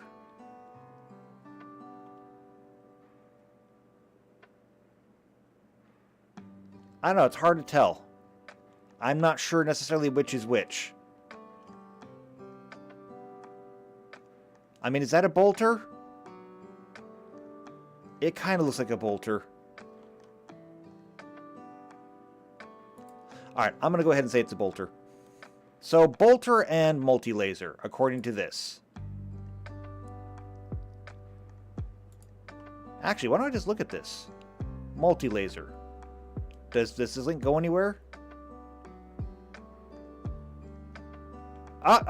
There we go! The multi-laser's the one on top.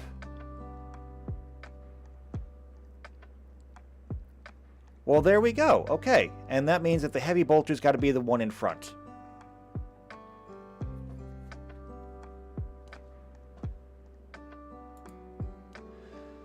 So, when we come back to our vehicles, we've got military, we've got transportation. We are going to need to get a ram. We're going to need to have a multi-laser, and we're going to need to have a heavy bolter. Now, what are they going to do? I don't know yet. We're still working on it. Now, because we got transportation, technically this goes up by 8. So that means it'll technically be able to carry 16. But, you know, if we're just going to stack guardsmen inside of this thing like cordwood, then we can make 16 work for us.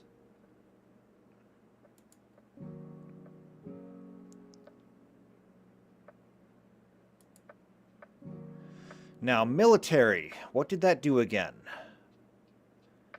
So, comprehensive modification increases all the major functionality vehicles, increasing speed, hardness, hit points, armor class, base speed, hardness, again, hit points, EAC, and KAC by 25%.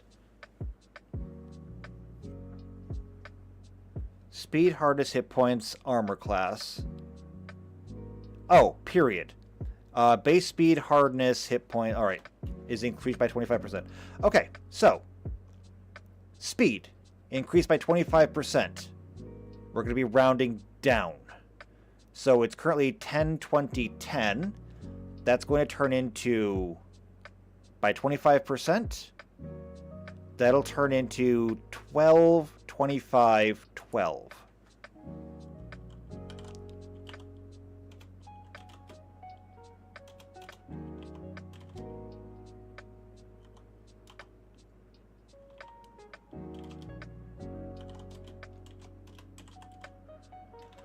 All right. Then we need to upgrade the hardness. Hardness is 10, goes up to 12. Hit points. It has 40. 25% of 40 is 10. So 50. And 10% of 50 is... or 25% of 50, rather. Half would be 25, so 25% is going to be 12. So that'll be 50, 12. And armor classes go up. So 25% of 5 is only really 1. So that'll go up to 6. 25% of 12 is 4. That'll go up to 16. No, wait. 25% of 12 is 3. Go up to 15.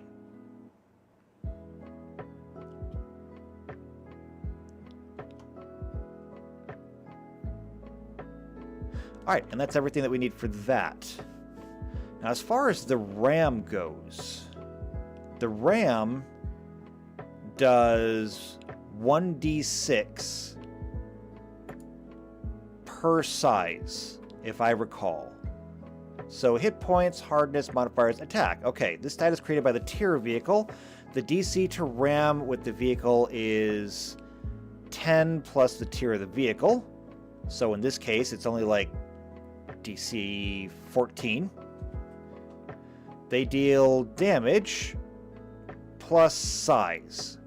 So I'm guessing it's 1d6 plus, well, 1, 2, 3, 4. So that'd be 5d6. So it's going to be a ram DC 14, if I'm understanding this right, for 5d6.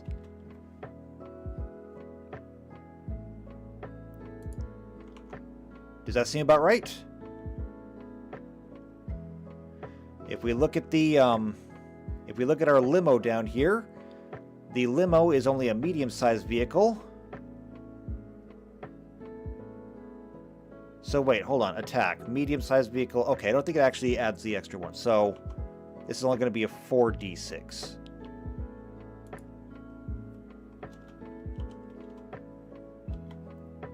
There we go. All right. Good. Now, let's check out the rest of these. Is there anything else we want to add on to this thing?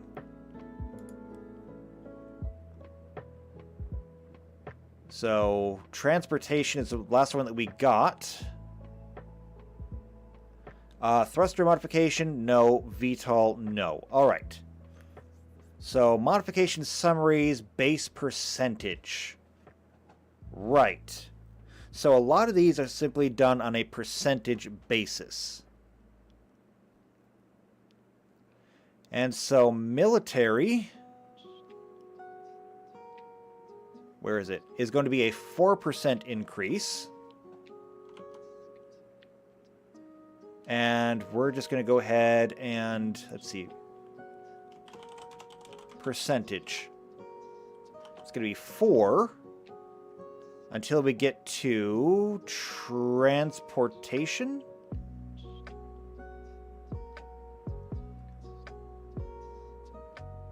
Civilian, cargo, I don't see it here.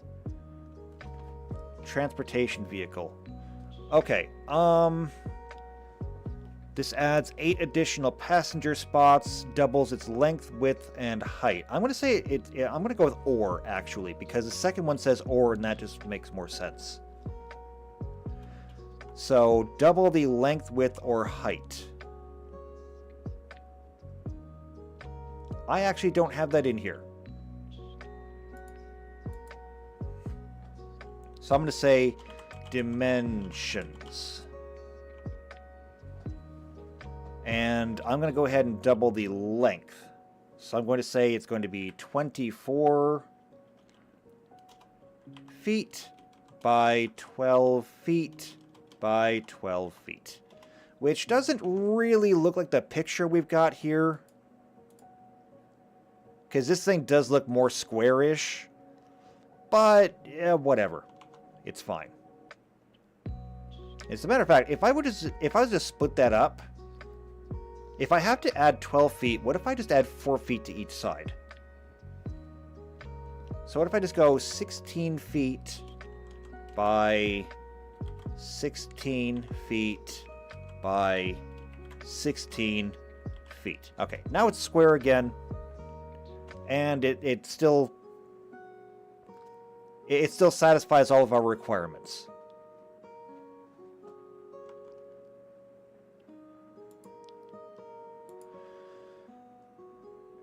All right, and let's see. Can be taken. Each step increases the vehicle frame cost by 175% and piloting penalties by 1. So this increases the frame cost by 175%. So where's my calculator? 4,000 credits times... Oop, nope, not that. 1.75 is going to make it 7,000. Right? Actually, yeah, that does seem right. That's actually pretty easy now to think about it. Alright, And we still haven't even gotten to our percentages yet. And it reduces the piloting penalties by 1. So under modifiers, the +3 is going to go to a 2. And at full speed, it's a +0. But that is just the overall modifications. Step 3 is then going to be add-ons.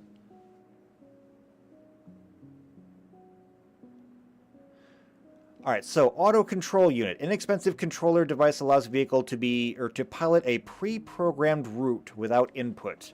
It does not take a piloting penalty while in non-combat role of maneuvering from point A to point B. It has no bonus piloting skill and cannot actively make any aggressive moves against the vehicle.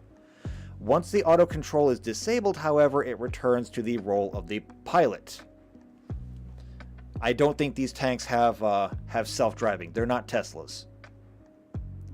Additional passenger compartment, we don't need it. Additional armor, we don't need it. The guardsmen are not getting additional armor for anything. Additional hit points, also no. Additional limbs, it doesn't have limbs to begin with. Alternate vehicle transformation mode, they don't transform. Cargo small, medium, large, no. Construction tool, such as an excavator, dozer blade, or wrecking ball. Okay, we will need that later on, but it's an add-on, so let's remember that. Collision damage is upgraded to a D8 per size of the vehicle, plus an additional D8. Dozer blades are going to be cool. Exotic fuel, no. Expansion bays, no. Improved mobility, no. Improved sensors, though. When we looked at this page, it did say that some of these things were used, yeah, with communication equipment and scanners. They are suitable command vehicles. While those with dozer blades can clear terrain. Others have searchlights. So having improved sensors might actually be a thing. Ship scale shields, no. Heavy engineering repair vehicle, oh, that's the example. Heavy engineering repair vehicle. No, we're not doing that. Let's see, ship scale light weapons, ship scale heavy weapons, no. Stealth coating, targeting systems, no. Small vehicle weapons. Medium vehicle weapons, large vehicle weapons. Okay, so when it comes to the weapon mounts. Let's see. So, a vehicle weapon small. This mounts a small weapon on the vehicle. It deals 1d4 per purchase of the vehicle weapon. It may be purchased times up to the size of the vehicle. It must be determined this weapon does energy or kinetic damage. Weapons hold enough charge or shots for the purchase times of the size of the vehicle. So, I guess that means for like a large vehicle, it would only get 4 shots? Maybe? Any weapon damage can be doubled, but it limits the shots to half of the normal. When selecting the vehicle weapon, a specific arc must be selected. Once selected, it cannot be altered. So, I guess it would have... I guess a turret is kind of out. I'm not sure. Medium weapons do 1d6. Large weapons do 1d8. And weapon mount. This allows a standard weapon mount to be mounted on the vehicle. Heavy weapons require 2 vehicle mounts. This can be combined with a vehicle weapon. Turret. Any handheld weapon can be used in this mount. Interesting. So, we would need to have 2 weapons, and we haven't even really gotten into bolters yet. But we do have laser weapons, so what we're looking at is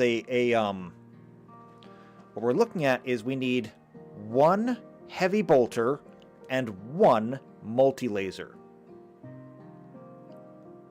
So that brings up the question of what again is a multi-laser? What's so multi about it? Multiple reinforced barrels and enhanced phase capacitors allow for the standard laser discharge to be fired in a series of rapid bolts. While losing some of the penetrative power of the last cannon, the resulting high rate of fire improves the weapon's ability to engage a series of targets in rapid succession. It's basically a laser Gatling gun. So, do we have one of those? Step 4, finer details. Yes, yes, yes. New feats and actions? Oh no. Feats. JP's having a good day. Let's see. Vehicle specialist. These are all different things that people can take. Here we go. Weapons. Weapon descriptions. We've got bombs. We've got cannons. We've got railguns.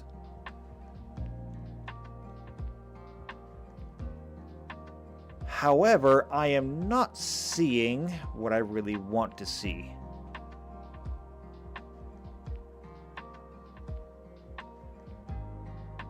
That is that we need to have some kind of bolter.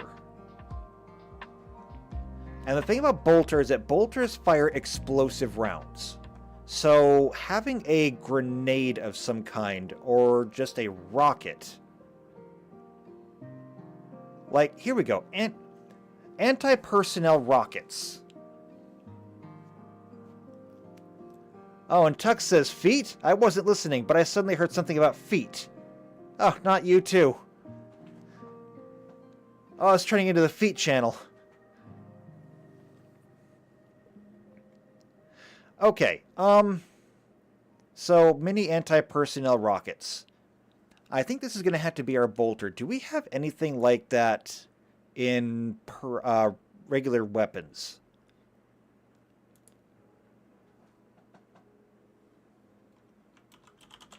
So, rockets. Mini rockets, specifically.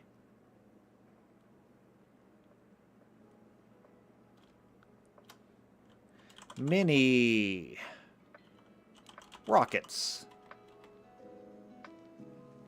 Here we go. It looks like we might actually have our bolters pre-made for us. So the gyrojet pistol is a mini rocket launcher. Now it looks like the smallest one is level 15. So that's just kind of whew. Gyrojet rifle is level 13.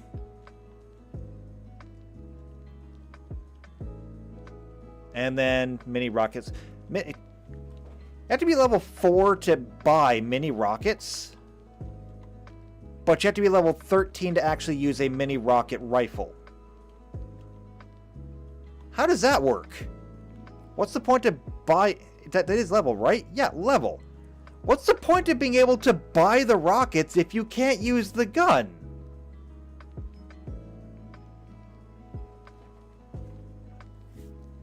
Alright, you know what? It doesn't actually matter. Because I'm going to make my own bolters. But now I know that we can actually use mini rockets.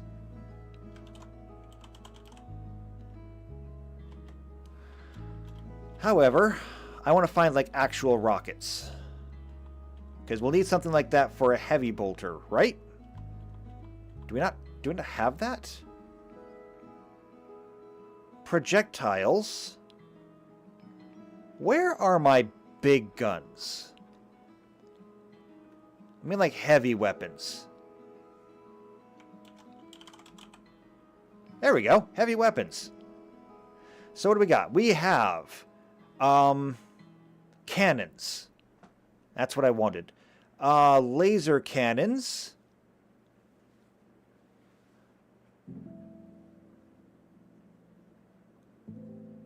Projectiles. These are just like regular cannons, and these just use like regular rounds. And so all of these... Yeah, here we go. We definitely want something that's going to be unwieldy if we're going to strap it to the top of the tank. So, crossbolter? This weapon resembles a rifle with a crossbeam near the end of the barrel. The crossbolter uses mechanical power to fire arrows along its barrel. Grenade arrows can also be fired with a crossbolter. Well, that's kinda what we're looking for.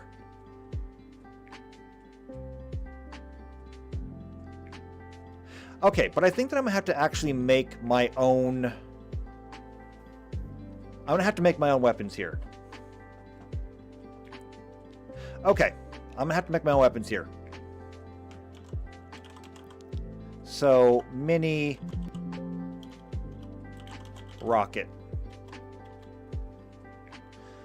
Now, a lot of these are going to be dependent on the weapon that you're firing them from, because somehow having a better weapon makes the rocket itself do more damage. Don't ask me.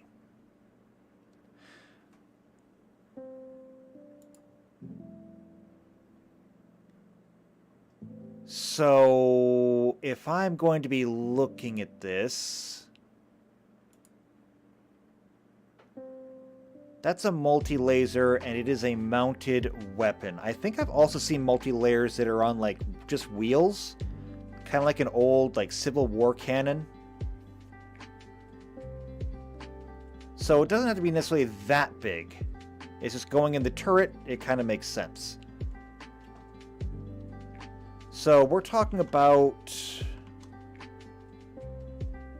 something that's just a little bit too heavy to use. It has to be wheeled around. What is like the... What is the hardest hitting laser that I have? So this is laser rifles. This is laser artillery. We're into heavy weapons now. This is laser artillery. The heaviest laser artillery we have does 9d8 fire damage. And that is a level 20 weapon. The level 1 just has 1d10.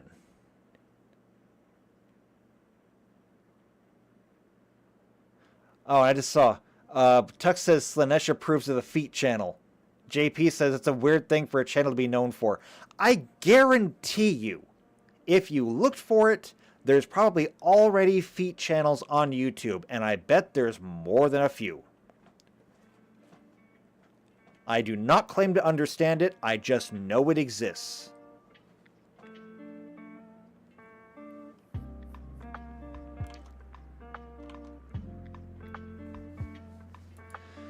Alright, so we can use the laser artillery for our multi-laser. These anti-personnel rockets, I do think, should be used for this, or for our heavy bolter. Let's see. This mini missile launcher fires missiles that explode into shards that treat armor as if it were one step lower. Full to partial or partial to none. The rocket explodes, filling a 30-foot area. The rockets do only half damage to vehicles of any kind. They can be fired line of sight or via sensors at a -6. Okay. But this just says it is +1 dice. And I don't understand what that means.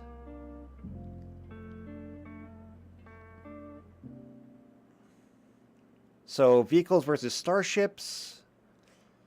No, I don't want to see that. Alright, here we go. These are vehicle scale weapons used to hit points and low hit point materials. Most of them have to be fired line of sight. That does not actually help a whole lot.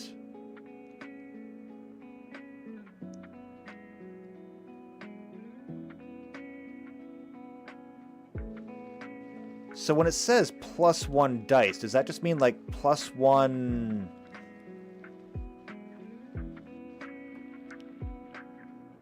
You know what? I wonder if I can find it. Let me see if I can find an example vehicle. Anti-personnel.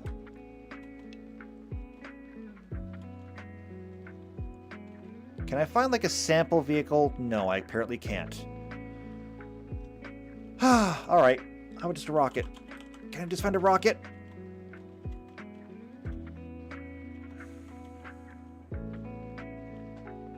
Nope. Can't find a rocket. How about a bomb?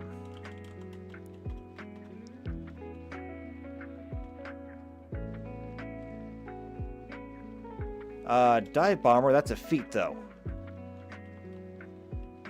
Bombs dumb, bombs guided. Nope.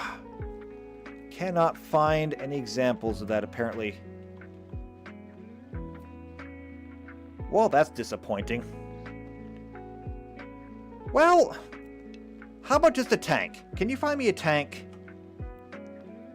Oh, new tab. That's not what I wanted. Go away. Can I just get a tank?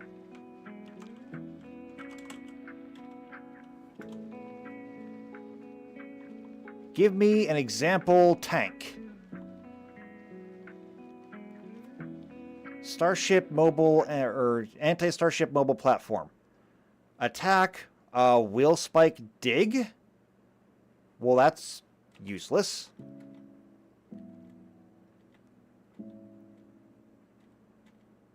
You give me all of these example vehicles, but then you don't actually give me anything with a gun. Like, there is nothing in here that is an example military vehicle. Limo, jumbo plane, military transporter, cargo hauler, military scramjet. Does this give me something? Attack. Collision. Can I just, can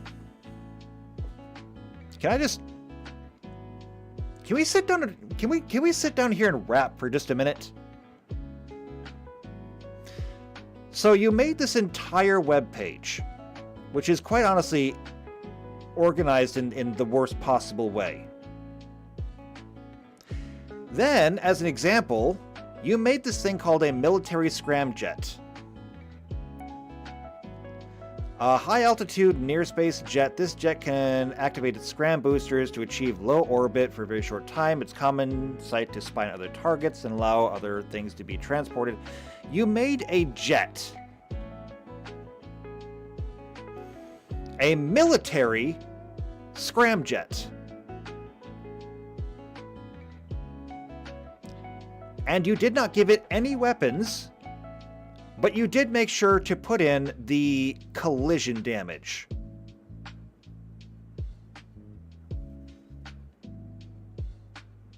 I'm going to lose my mind spending too much time on this page.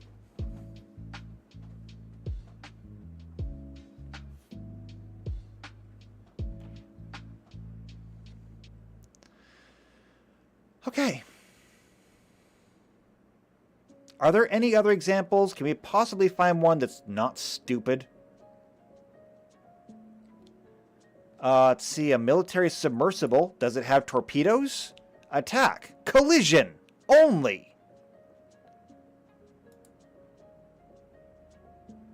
A Yosoki battle ball? Attack. Wheel spike dig. You put in all the rules for weapons, but then you don't even bother to use them yourself.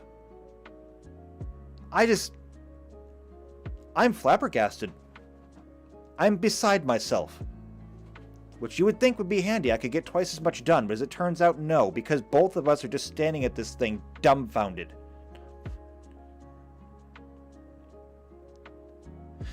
Okay, well, I don't have any other suggestions for how this is supposed to work.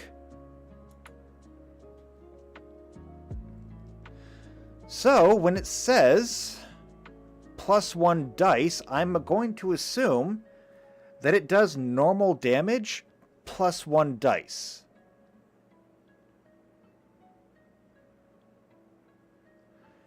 And Tux says, makes perfect sense. Collision damage has a rich history in real life of being used as a weapon. I'll give you that one. I particularly remember when it was used to great effect in World War II. I think it's about the only time I can think about it being used to great effect. At least when it came to jets. Or I guess at that point it would have been just planes, because the Zeros were prop jobs. Okay, well, I'm just going to say the Heavy Bolter is going to do 5d6 damage. Now, is that supposed to come with a DC? Because I don't know.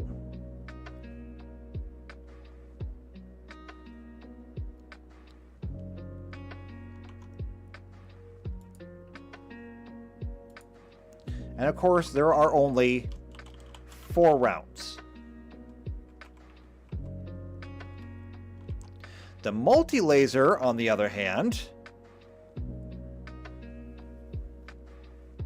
here's what I have to do with the multi-laser, because we don't really have anything else that is going to actually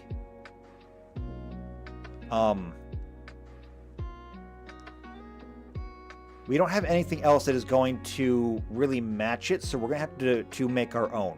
Since the multi-laser is essentially a Gatling gun, it's going to have 2 things. Number 1, it's going to have a variable rate of fire. Number 2, it's going to do lesser damage, but potentially more of it. So, since it is a multi-laser, and since we're using D6s right now anyway, I'm going to say that it does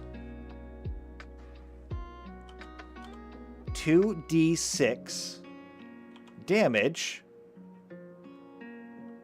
Okay, no, I'm going to do this. I'm going to say 1d6 shots at 2d6 damage.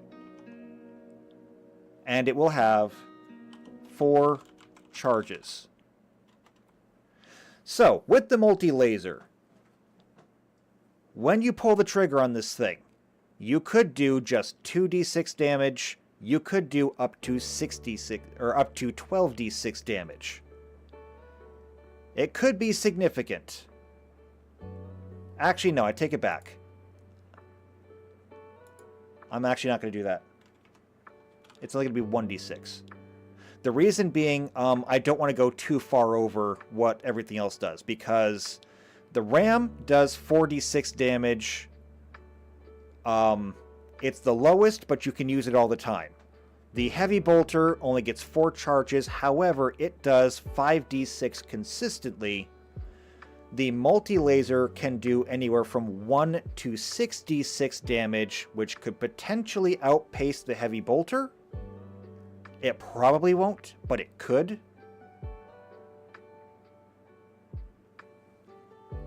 I just don't know if there's any kind of DC. I don't think there is. I think that it operates like any other weapon, so you will use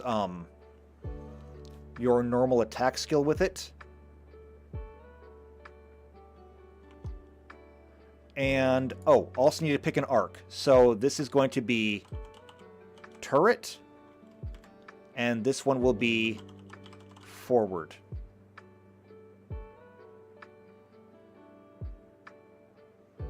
And of course, ramming goes forward anyway, so don't need to really specify that one. And how much do these actually cost? Range, size, special. Actually, I think that I need to go up here.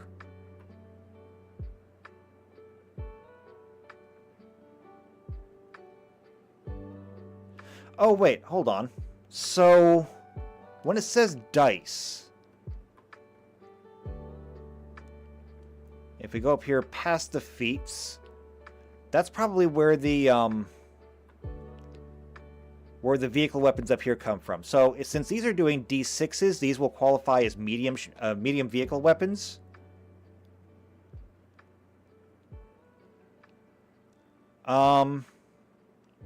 Oh, a large vehicle. Oh, hold on. A large vehicle weapon can be mounted on a medium weapon for the cost of 2 add-on slots. C, vehicle weapons, small. Okay. So it may be purchased times up to the size of the vehicle, which we're allowed 4 slots. Because it's a large vehicle. They hold enough charged shots. Okay, when selecting the vehicle weapon, the specific arc must be selected. Yes. Let's see, a medium vehicle weapon mounted on a small vehicle for the cost of 2 add-on slots. A vehicle may only mount as many weapons as add-on slots allow. Okay, so it is a large vehicle, which means that it can mount large weapons. Which means that we can actually upgrade these to D8s. These will be large. So that'll be a D8. This will be a D8. Which means that the RAM will still do 4d6. The multi-laser will still do 1d6 shots, but now it can do anywhere from 1d8 to 6d8. Which means that the upper level of what the multi-laser does can go up to 6d8 damage. That's a total damage cap of 42? No. 48. Which is a lot. I mean, that's a lot of damage. I suppose I might have to introduce some randomness to it, though. Because you can't necessarily... Because it is a Gatling gun, you may not be able to put all the rounds in the same place. We'll work on it. But yeah, I mean, here we go. This is not a bad-looking vehicle. So, this is the Chimera APC. And weapon mounts, large weapons. Vehicle weapon small, vehicle weapon... There's no vehicle weapon large on here.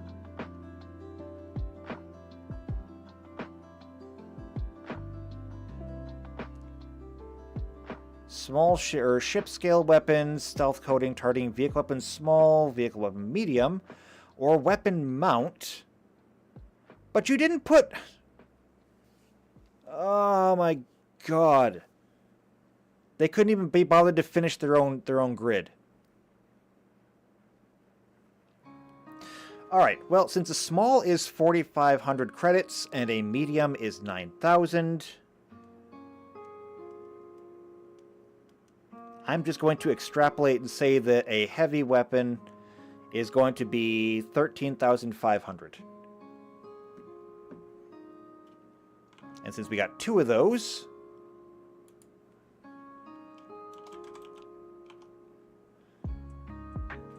that's going to come out to be 2,700 or 27,000. Yes. So 27,000.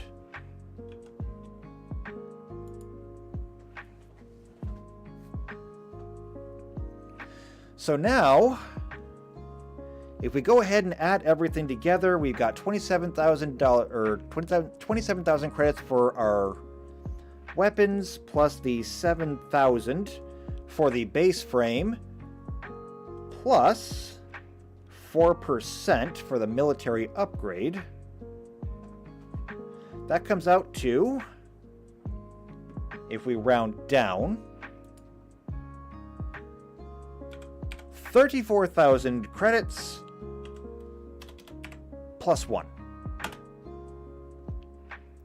And so that is how much a Chimera APC costs.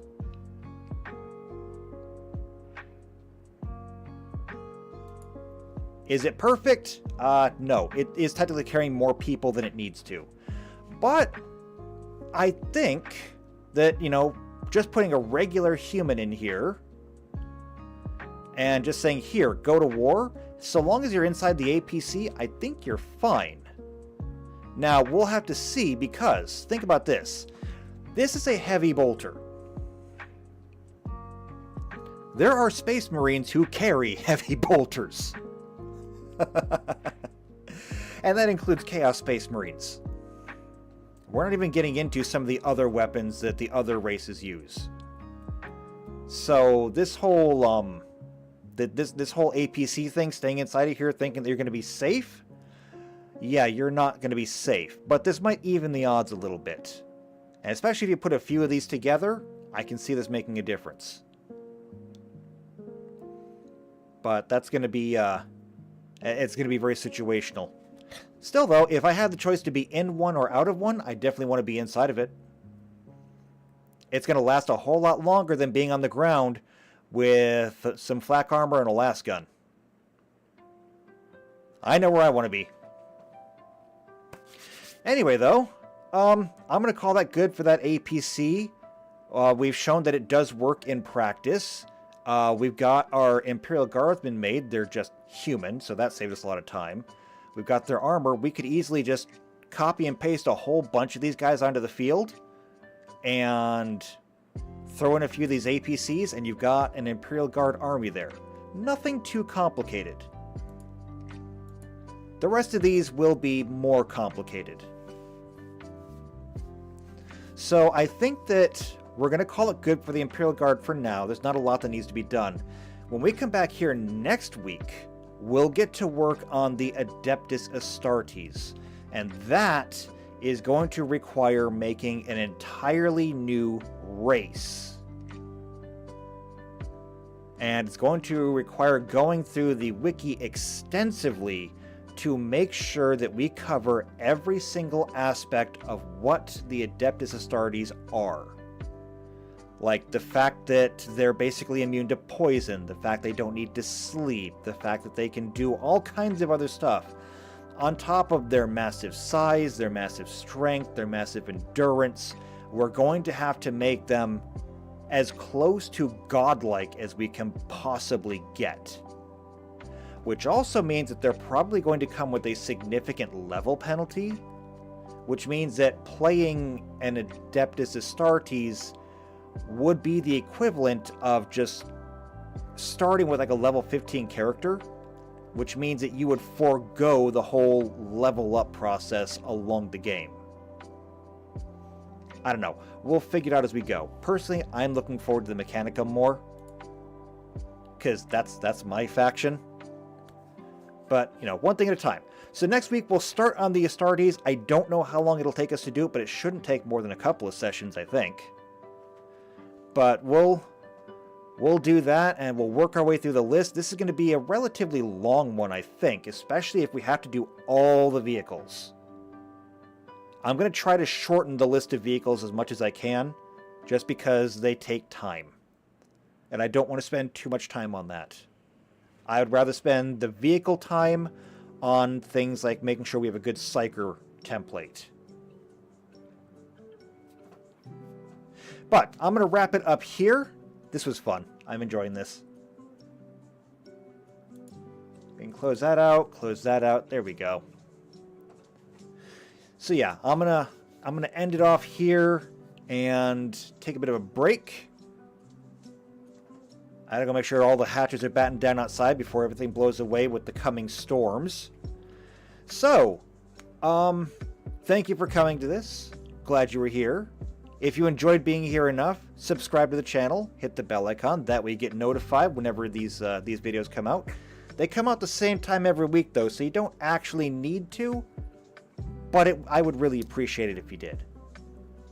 If you know somebody else who's also into tabletop games like Starjammer, and they're into Warhammer 40k, like if you think they would like to actually play an RPG where they could be a Space Marine, or they could be a Tau, or whatever it was, then share this with them, because we are going to put an entirely new spin on the whole 40k thing. It's not going to be necessarily about the armies, as it's going to be about the individuals, which is something that Warhammer doesn't really do. They have all the stories about famous individuals, you know, the chapter masters, the primarchs, the inquisitors, people like that. But there's not a whole lot of stories about just this particular Astartes. No, all the Astartes by and large, are faceless. All the guardsmen are faceless. We're going to change that. So if you think you know somebody who might be into this, or might be into that kind of thing, share the video with them. Otherwise, though, if you just like me, leave a like on the video, leave a comment down below. And I will see you next time for more Warhammer 40k. And until then, take care.